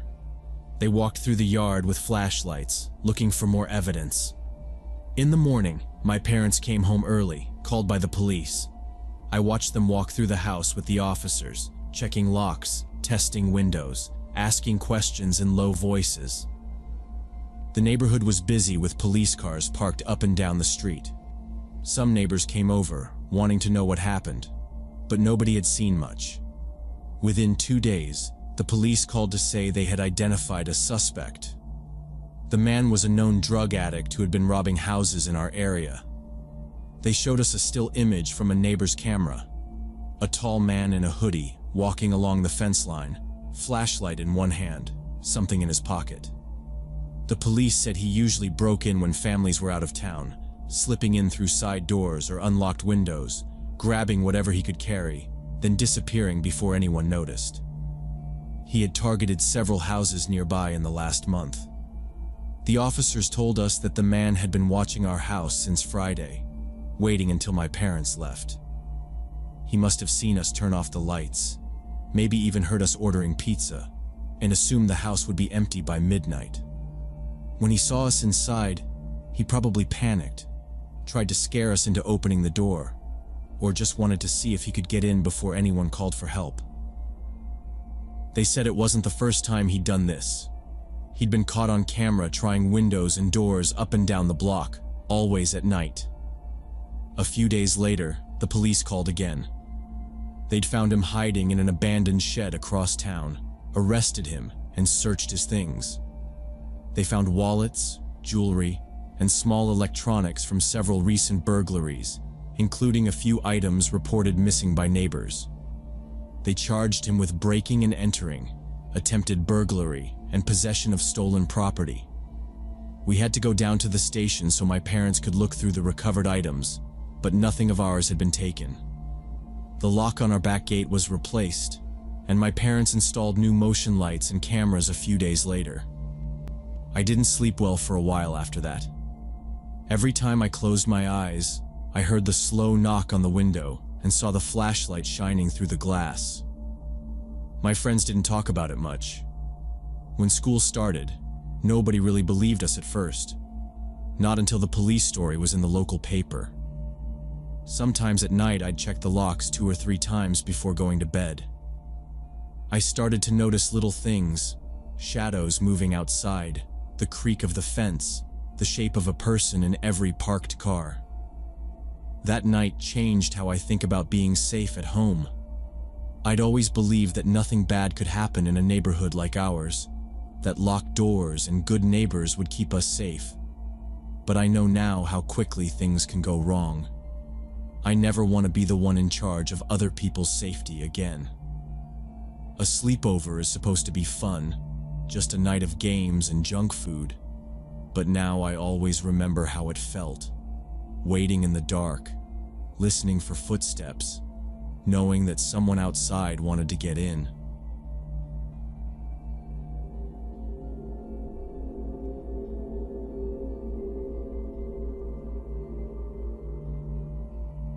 When I was 28, my mom Julia signed up for a dating app. She was 53 at the time, divorced 10 years, and she said she wanted to start meeting people again. At first, my sister Linda and I encouraged her. But then she started seeing this guy named Kevin, and that changed everything. Kevin seemed okay on paper. He was an engineer, a year younger than my mom, had his own place, and worked at some kind of design firm downtown. But the very first time we met him at dinner, something about him just made my skin crawl. He had this way of sitting at the table, really straight, barely moving except for his hand and jaw when he chewed. But the worst part was how he'd shut his eyes for a few seconds at a time, just sitting there with his fork in the air, like he was meditating or something. Then he'd make these soft humming noises in his throat as he ate. It didn't sound natural. He tried to joke around with us, but he didn't laugh at his own jokes, just smiled and waited for us to laugh. Linda nudged me under the table. Later, she told me she didn't like how he kept talking over my mom when she tried to answer basic questions. We both noticed how he seemed to get annoyed anytime my mom mentioned any of her male co-workers, even in passing. It wasn't a big scene or anything, just a flicker in his face and this tense pause. My mom brushed it off, said he was probably nervous, or maybe he had some old-fashioned ideas, but she insisted he was a good guy and that we were just being protective. She really liked that he had a good job, kept his apartment clean, and always called when he said he would.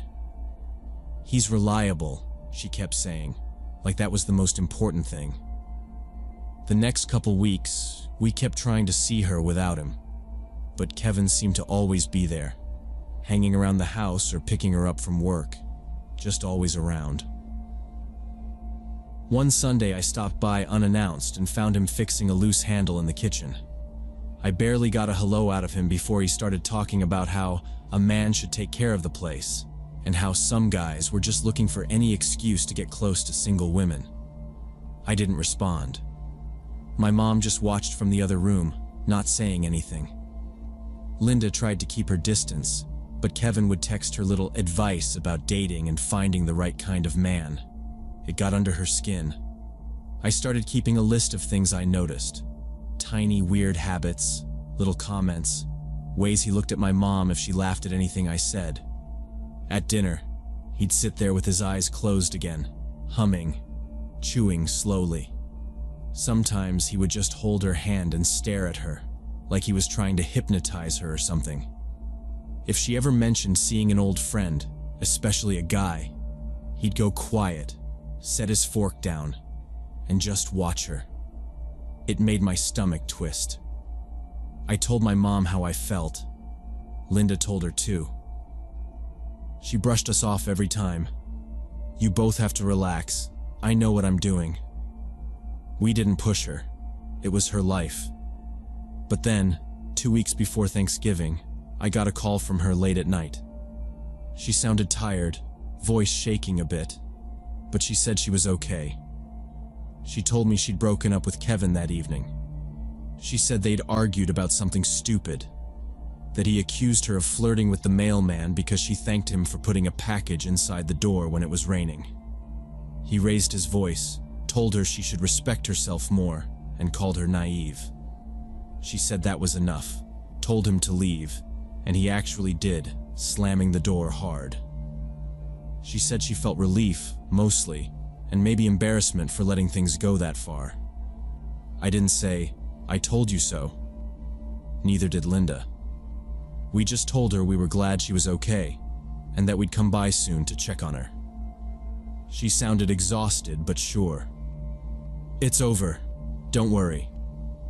Linda and I had already planned to spend Thanksgiving weekend at her in-laws' place in Connecticut. Our plan was to leave early Thursday and come back Sunday night. We wanted Mom to come, but she said she needed the quiet, wanted some time alone in her own house after the breakup and all the drama. She promised she'd rest, read, maybe go for a walk if the weather was good. We figured she needed the space, and we could call her every day to check in. She sounded relieved, almost upbeat, the night before we left. Thursday morning we drove out early. It was cold but clear, just a few clouds and a light wind. We stopped for gas outside the city, picked up coffee, and sent Mom a text to let her know we'd be out of cell range for a few hours. She texted back a thumbs up. Linda's in-laws lived in a quiet town, old house with big windows, a creek out back. Thanksgiving was pretty normal. Lots of food, kids running around, everyone talking over each other. We checked our phones at dinner, but Mom didn't reply to our group text. We figured she was napping or had her phone on silent. The forecast had mentioned possible snow on Friday, but nothing serious, just a few inches maybe. Nobody seemed worried. Friday morning, we woke up to news of a massive blizzard rolling in from the west. By noon, snow was coming down so thick you couldn't see across the street. The wind rattled the windows, made the old house feel even older. Local news said all major highways were shut down, airports closed, people told to stay put. By evening, the snow was piling up over the tops of the tires in the driveway, and the sky was a wall of white. We tried calling Mom, but it went straight to voicemail every time. Texts didn't go through. After a while, the power went out. Came back on after 20 minutes. Then out again, this time for a couple hours. Linda's father said the phone towers might be down or overloaded, and the landlines in the area were already dead. We tried to stay calm, telling each other it was just the storm, that Mom was probably bundled up with a book or watching TV under a pile of blankets. By late Friday night, the wind was howling hard enough to shake the windows.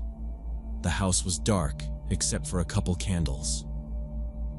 We sat in the kitchen, wrapped in blankets, holding our phones, waiting for a text or a ring.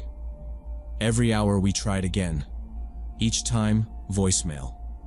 The snow outside was up to the porch. We could barely see the streetlights at the end of the driveway. The house creaked with every gust, and I could hear Linda's in-laws in the living room, whispering about the power, the storm, and whether the roads would be open by Sunday. We both tried to keep it together, but the longer the storm went on, the more I thought about Mom alone in that house, and the less I could convince myself it was all just normal. By midnight, all we could do was sit by the window, watching the snow swallow the world outside, hoping the power would come back and the phones would ring. We spent most of Sunday watching the weather updates and calling every number we had for Mom. Neither of us slept much. By morning, the roads were just barely passable, and the town's main highway was finally getting cleared. Linda's father insisted we bring extra blankets and a shovel just in case. The drive back was slow and silent. Every time we passed a stranded car or a plow half buried in snow, Linda gripped the steering wheel tighter. It was nearly noon by the time we reached Mom's neighborhood. The streets looked different, smaller under the heaps of snow, like the world had shrunk. Mom's car was in the driveway, totally covered. Nothing unusual about that. The walkway up to the porch was icy, and the steps were slick. I banged on the door, waited, then rang the bell. No answer. We both tried calling out. Linda shouted up to the second floor, It was silent except for the creaks and pops from the house settling in the cold. I pulled out my spare key. The lock stuck a little, but the door opened. The inside was freezing. The lights were all off, and the digital clock on the oven was blank. It smelled faintly of melted snow and something sweet, almost metallic. We both called out for Mom. Nothing. Linda dropped her bags in the hallway and hurried upstairs. I walked through the living room, blankets folded, TV off, nothing out of place. The kitchen was cold enough that my breath came out in clouds. I looked around. Then I saw it. On the floor in front of the refrigerator. A puddle of dark red liquid, thick and glossy, spreading slowly across the linoleum. For a second, I couldn't move. The red stuff was coming from the water dispenser, dribbling in a slow line down the front of the fridge, pooling wider by the minute. I stared at it, trying to convince myself it was anything but blood. My mind went straight to the worst possible scenario. I knelt to look closer, caught a heavy, iron smell that made my stomach turn. Linda yelled from upstairs. She rushed down, and the moment she saw the floor, she let out a scream that echoed off the walls. She ran to the phone, hands shaking, and dialed 911. I tried to keep calm. "Stay by the door," I told her, but she didn't move. I searched every room in the house. No signs of Mom. Her bedroom was tidy, bed made, her phone charger still plugged in. No spilled pills, no clothes thrown around, no broken glass. The bathroom was spotless, the spare room empty. Downstairs, I checked the back door, still locked from the inside. Her boots and gloves were gone from the rack.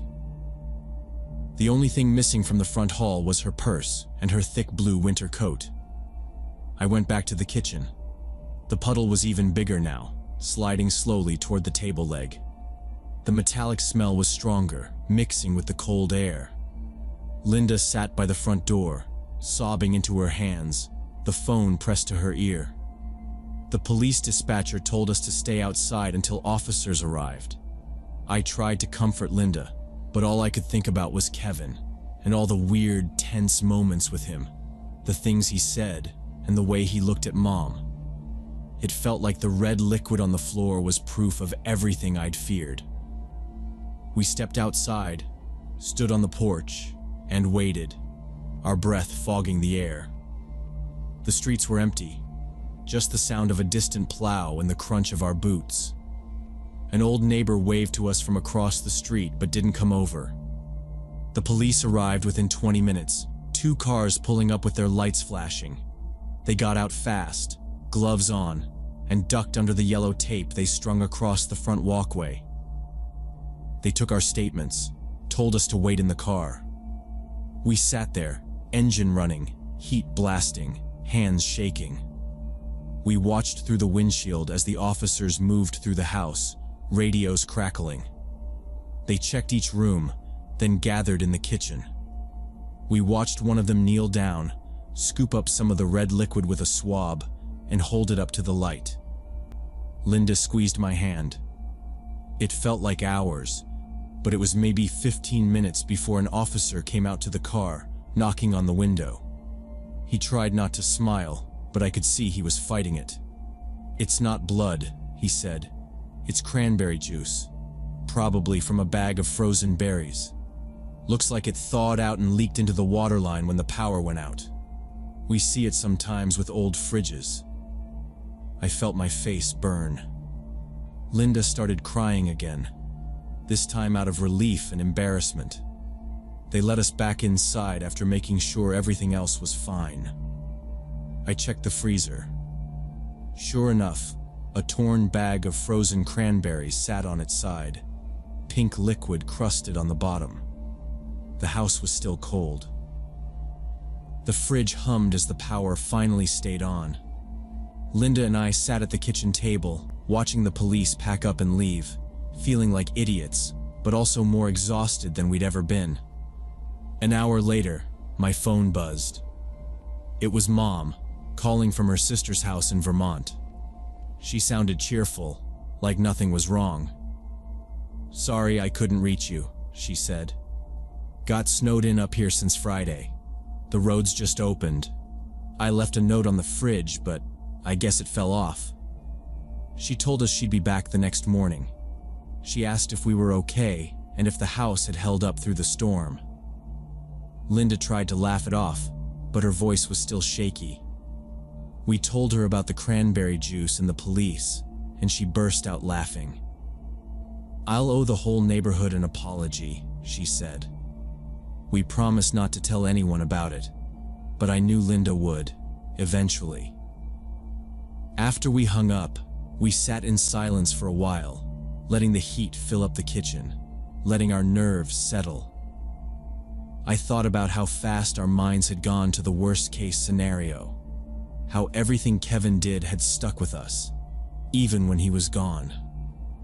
After that weekend, we checked on Mom more often. She didn't want to talk about Kevin again, and we didn't push her. But sometimes, when the house got too quiet or the weather was bad, I'd still look twice at a shadow on the floor or a stain on the counter, just in case. Even after he was gone, Kevin had left us waiting for something awful, always listening for the sound of trouble that never came.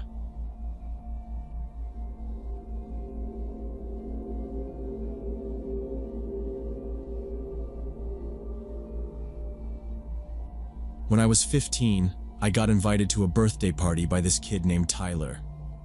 He was in my biology class that year. I barely knew him, honestly.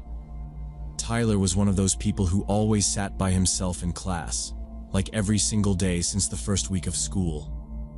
It was almost weird how consistently he avoided joining any group project, even when the teachers would try to pair him with somebody. I never saw him eat lunch with anyone, and I don't remember him talking to anybody except if a teacher called on him. It's not like he was bullied or anything. Most people just ignored him. One afternoon, out of nowhere, he came up to me while we were packing up after class. He was holding this folded paper, and he handed it to me, barely making eye contact. It was an invitation to his birthday party. The invite was printed from a computer, but the details were filled out in pen, with these super neat, careful letters. The party was on Saturday at his house, which was on the edge of town, almost in the woods. His parents were going to be out of town for the weekend because of work, so he was having people over by himself. The weirdest part was, he didn't say anything else after I said sure, just nodded and walked away. I asked around, and it turned out 5 other people got invites too. It was all people who didn't really know Tyler, just kids from his classes. Nobody wanted to go, but it felt rude to ignore the invite. Plus, there wasn't much else happening that weekend, so we all agreed we'd go together, just for an hour or so. Maybe we thought it would be awkward, but harmless. Saturday evening, my mom drove me out there and waited until the others arrived. Tyler's house was pretty big and set way back from the road, surrounded by tall pine trees. The driveway was covered in old brown pine needles. The front yard looked kind of neglected. Patchy grass, random stuff scattered around, like an old bike and a stack of bricks by the porch. The house itself was modern but empty looking, all the blinds drawn. It was almost too quiet. We knocked, and after a minute, Tyler opened the door. He was wearing black jeans and a black sweatshirt, like the same outfit he wore every day at school. His hair was brushed back flat, and he didn't smile. He just nodded and stood aside so we could come in. He didn't say anything, just watched as we all walked into the foyer. The entryway was cold, and there was this faint chemical smell. Shoes lined up by the wall, nothing out of place. Inside, the house was spotless. The lights were all on, but it felt like nobody actually lived there. No decorations, no signs of a party, no music, no snacks, nothing set out. There were a couple of birthday cards on the kitchen counter, unopened. I noticed the living room had one small couch and a coffee table with magazines stacked by size. Not a single thing out of order. Even the TV was unplugged. Tyler shut the door behind us and said, flat and serious, "Thanks for coming. I have something to show you." He just stood there staring at us for a moment. We looked at each other, but no one wanted to be the first to leave. It felt awkward to say anything. I figured he'd eventually turn on some music or offer us drinks, but instead he motioned toward the hallway. "The best part's downstairs. Follow me." His voice was quiet but steady, like he'd rehearsed this line. No one argued. He led us past the kitchen and down a set of stairs to the basement. The basement was completely different from the rest of the house. As soon as we got to the bottom, I saw why. The walls were lined with shelves. Every shelf was full of stuffed animals, but not the toy kind. Actual taxidermy. There were rabbits, squirrels, birds, even a couple of small raccoons. Some looked kind of normal, but most had something wrong with them. One rabbit was missing an eye. A crow's wing was twisted at an impossible angle. A fox had no tail. There were glass jars on the shelves too, cloudy liquid with pale things floating inside. Tyler stopped in the middle of the room. He started explaining, calm and excited at the same time, how he'd started learning taxidermy when he was 10. He said, "It's easy if you know where to cut. Most of these I found after they got hit by cars." He walked over to a shelf and picked up a tiny squirrel, showing us where he'd stitched up its side. The stitches were big and uneven, like he'd used black thread. I heard someone behind me let out a low whistle, like they were trying to laugh but couldn't. He kept talking, going down the row and describing each animal. "This one I caught in the trap out back," he said, holding up a possum that looked half done, skin bunched weird over the face. "I didn't get the skin off right, so the ears tore. It's harder than it looks." Nobody said much. At first, people tried to ask polite questions, but Tyler's answers got more intense, talking about skinning, tools, and chemicals. He pointed at a table in the corner where there were knives, scissors, bottles, and a thick stained towel. "You have to be careful with the chemicals," he said. "If you don't, you get sick." His voice was more animated now. The way he talked about it, it didn't sound like a hobby. It was more like he was proud, but not in a way that made sense. I looked around and saw that most of the others were grouped up near the stairs. I could tell they wanted to leave, but nobody wanted to be the first to say it. One girl said, "Wow, that's a lot of animals," but her voice was shaky.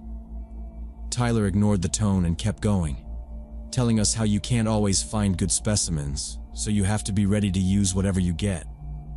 He explained how skin comes off easier if you work fast, before it gets too stiff, and went into detail about pulling teeth from a dead raccoon. He said, "Sometimes you find maggots inside. That's the worst part, but it's all part of the process." The room felt colder. I realized there were no windows down here, just the glare of a single fluorescent bulb over the work table. The chemical smell was stronger, mixed with something sour, almost rotten. I shifted my feet and saw stains on the floor beneath the table, brown and yellow marks that trailed toward a small drain in the corner. I tried not to look at the drain. Someone asked, "You do this all by yourself?" And Tyler smiled, but it wasn't a friendly smile. "Yeah," he said. "My parents know. They let me use the basement as long as I clean up." His eyes flicked around, daring anyone to say something bad. After a while, he stopped talking and just watched us. No one made a move to leave. We were all just standing there, surrounded by rows of glassy eyes and stitched skin. I checked my phone, but there was no signal.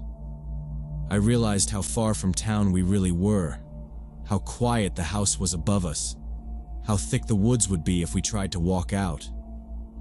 Tyler was blocking the way to the stairs, not on purpose, but just standing there like he didn't want anyone to go yet. Everyone started glancing at each other, not really talking anymore, just waiting to see what Tyler would do next. Tyler didn't let us go back upstairs right away. He led us along the shelves to another door at the far end of the basement. There was a heavy lock on it, but he pulled a key from his pocket and turned it slowly, making sure we all watched. "This is where I do my special projects," he said. He sounded almost proud. He pushed the door open, flicked on a lamp, and motioned for us to step inside. The room was small and freezing cold. There was only a single light bulb hanging from the ceiling, buzzing faintly. Against the wall was a mannequin, full-sized, standing like a person would. It was dressed in a gray wool coat, slacks, and leather shoes. The hair looked real, dark brown and combed flat. The face was covered with a silicone mask so lifelike it made me stop.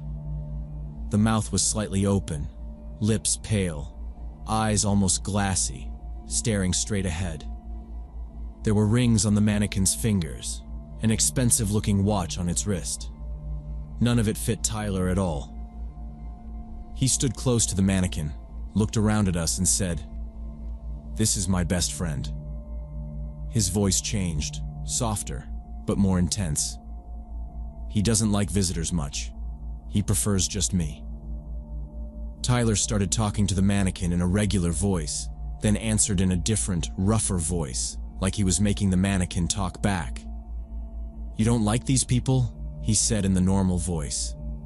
Then, in the deeper voice, "No, they're just pretending. They don't care about us."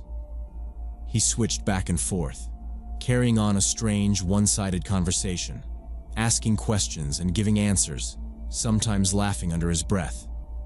We all stood frozen. Someone nudged me and mouthed, "Let's go."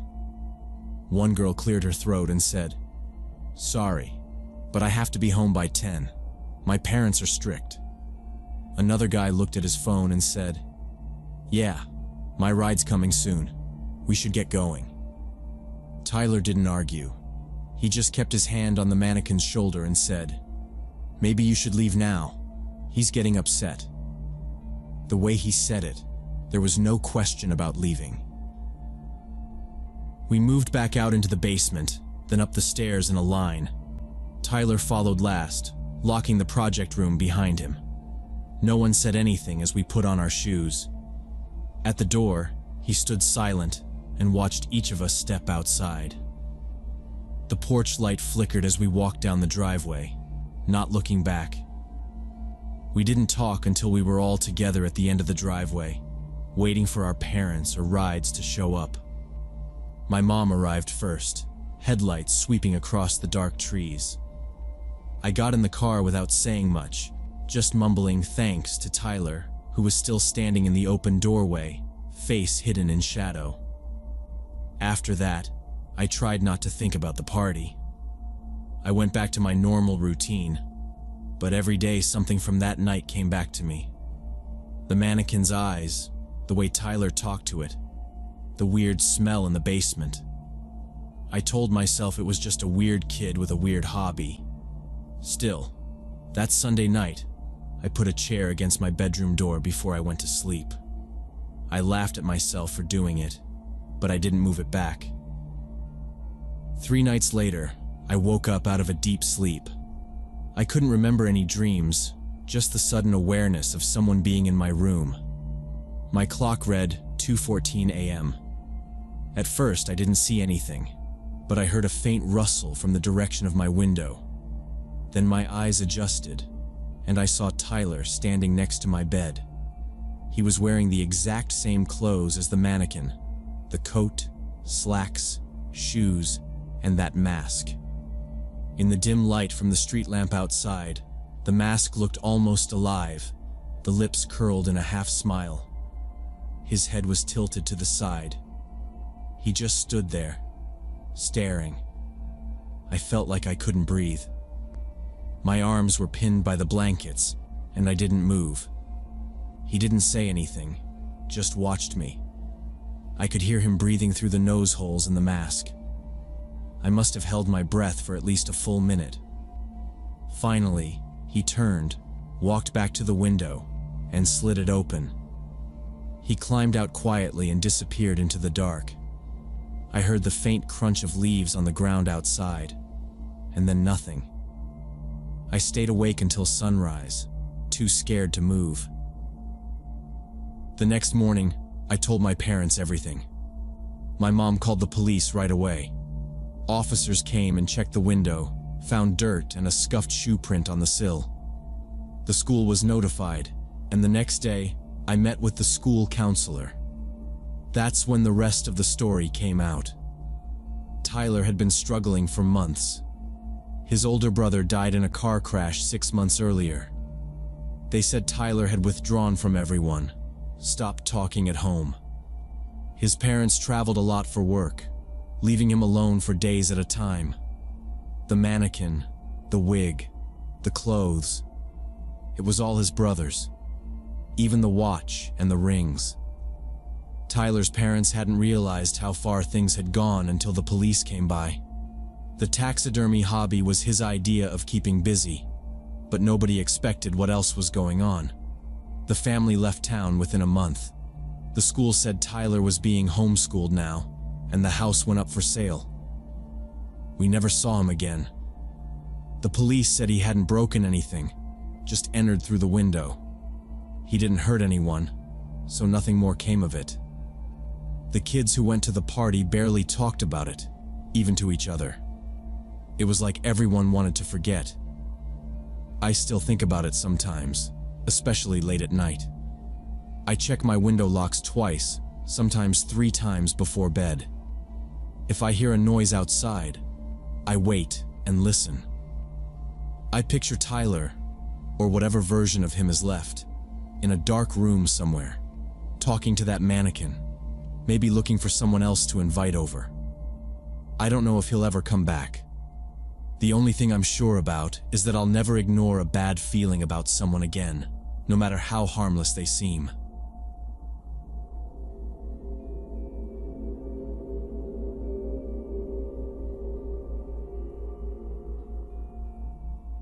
When I was 22, I moved into a small studio apartment on the 2nd floor of a brick building in Boston's Student District. The place was old, creaky floors, a radiator that hissed and clanked in winter, thin walls. I didn't care though. I just needed somewhere cheap that wasn't too far from the med school. I got lucky with the spot. Walking distance from campus, a laundromat across the street, a pizza place that stayed open until 2 a.m. The only thing I didn't love was the guy who lived above me and played the same 2 EDM tracks on repeat at full volume. But you tune that stuff out after a while. My neighbor across the hall was Rachel. She was a year or 2 older than me, grad student, kept to herself. At first, we just nodded at each other when passing in the hallway. After a few weeks, she knocked on my door one evening, holding a sheet of paper in one hand and a pack of cheap wine in the other. She asked if I wanted to come over for a drink. I said sure. She poured us both a glass and then started talking about this guy who was stalking her. She showed me the notes he'd left under her door, weird stuff written on lined paper, crooked handwriting. "You're so beautiful," one of them read. "You should smile more. I know you feel the connection." Another said, "We're meant to be together. I watch you every night. You know I'm close." I thought maybe she was exaggerating, but the notes were real. She said she kept finding greasy fingerprints on her window, and she'd heard someone breathing outside her window at night. Rachel lived alone, 1st floor, so it wouldn't be hard for someone to creep around. Things started getting worse for her. She'd get home and find her mailbox hanging open. Random things moved in her entryway. Sometimes late at night, she'd text me that she saw someone standing outside, just beyond the glow of the streetlight, staring up at her window. She called the landlord. He brushed her off, told her maybe it was just some local kids messing around. A few days later, I heard shouting in the hallway. I opened my door, and saw Rachel arguing with some guy. He was thin, wore an old Red Sox hoodie, kept glancing down at the floor. When he finally looked up, his eyes didn't really seem to focus on anything. She told me later she'd caught him trying to jimmy her lock with a pocket knife. After that, she called the police a few times. The guy was never there when they showed up, and they just told her to get some pepper spray and maybe think about moving. She started staying with her boyfriend across town. One Saturday morning, she and her boyfriend loaded her stuff into his car. She gave me the rest of her wine and told me good luck with med school. She said if I ever needed anything, I could reach her at her new place, but I never did. I figured things would get quieter after she left. I didn't think about the guy again. I didn't realize how quickly her problem was about to become mine. Rachel had been gone maybe a week when things started getting weird for me. It was subtle at first. I'd come home late from the library and think I heard someone walking in the stairwell behind me. Or I'd hear footsteps shuffling around on the landing when I was brushing my teeth. I'd check, but no one was there. Then, a few nights in a row, I heard keys rattling in my lock. Not a quick mistake like someone getting the wrong door. This was deliberate. Metal scraping slow against metal, sometimes for 2 or 3 minutes. I'd turn down the music, just listening to that sound, my heart thumping. I'd wait, staring at the door, and then after a while, it would stop. One night, I heard the doorknob turning, back and forth, soft but steady, like someone was testing it, seeing how much give there was. I stood in the middle of my apartment, holding my phone, not sure if I should call the cops or just wait. The knob would turn a bit, stop, turn again, and then there'd be silence. I'd go to the door and look out the peephole, but it was angled just wrong, so I couldn't see the landing. The person always stood just out of view. After a few nights like that, I went to the hardware store and bought a peephole kit. It took me most of the afternoon to install, and I left wood shavings all over the floor, but I felt a little better.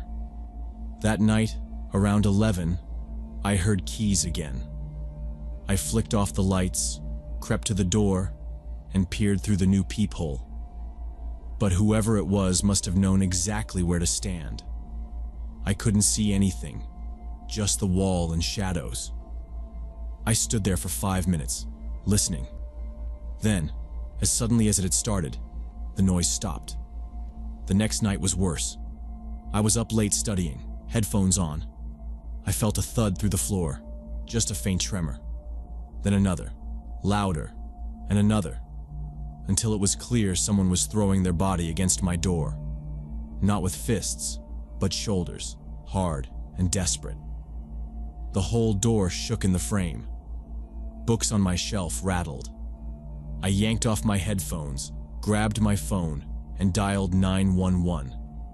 I whispered into the phone, "Someone's trying to break in." The dispatcher told me to stay calm, stay on the line, officers were on the way. The banging kept going, maybe for another 30 seconds, maybe a minute, I'm not sure. Then it stopped. I stayed crouched on the floor behind my bed, clutching the phone until I heard sirens outside. It took them 20 minutes to get there.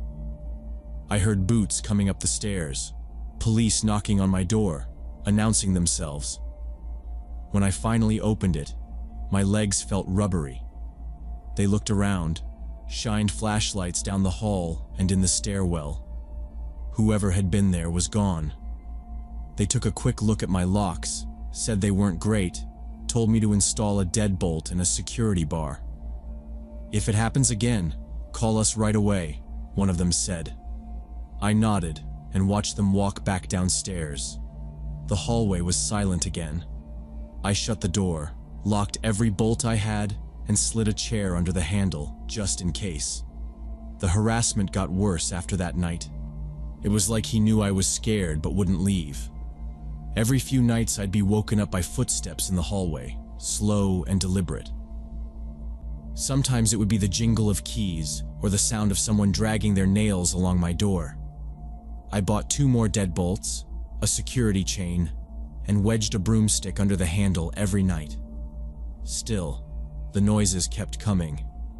Sometimes I'd hear a soft tapping on the door, almost gentle. Other times it would be a hard rattle that made the frame creak. At 3 in the morning, I'd hear what sounded like someone running their fingernails or a piece of metal against the wood. I looked the next morning and saw scratches around the lock, deep and uneven, like someone had been working at it with a blade. I started leaving a light on in the kitchen. It didn't help me sleep any better, but it made the shadows a little less deep. My boyfriend Austin started staying over, which was the only thing that made me feel a little safer. The first few nights he slept over, nothing happened. But then the banging started up again, harder than before. Once, after a bad night, I went out in the morning and saw that someone had slashed the screen in the hallway window next to my door. Austin called the police himself this time, and they came out, took pictures, asked the usual questions. Every time, they said the same thing. They'd increase patrols, but unless they caught someone in the act, there wasn't much they could do. We tried to go on with normal life. Austin would come over with pizza or beer, and we'd try to watch a movie. It got so we barely talked about anything else. Every conversation circled back to the hallway, the locks, the sounds at night. One morning, I opened my door to find a pile of cigarette butts and a crushed soda can right on my doormat. Another night, someone tried the door 3 times in the span of an hour. We stopped going out late. I barely slept. Austin kept saying he wanted to stay over more, that we were stronger together. The more he came around, the angrier it seemed to make the stalker. The door would shake in the frame at night, and one morning I found a deep gash in the paint, right over the deadbolt. It looked like someone had dragged a knife across the wood again and again, just below where my name was stenciled on the mailbox. It was almost like a threat. I started keeping my phone in my hand whenever I was home. The breaking point came on a Friday night. Austin and I were half watching TV, just trying to keep the volume low, both of us jumpy at every little sound.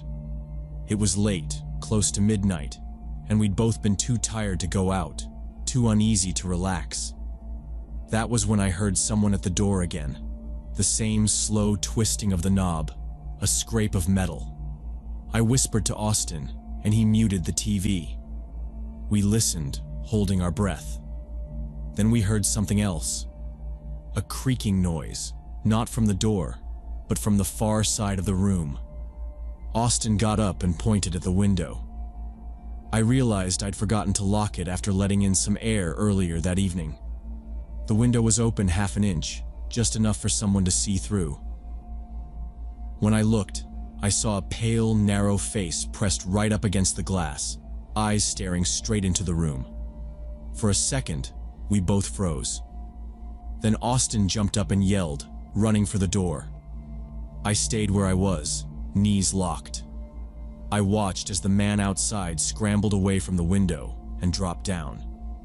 There was a motorcycle parked right under the fire escape, black and low to the ground. The guy swung onto it, started the engine, and was gone before Austin even made it outside.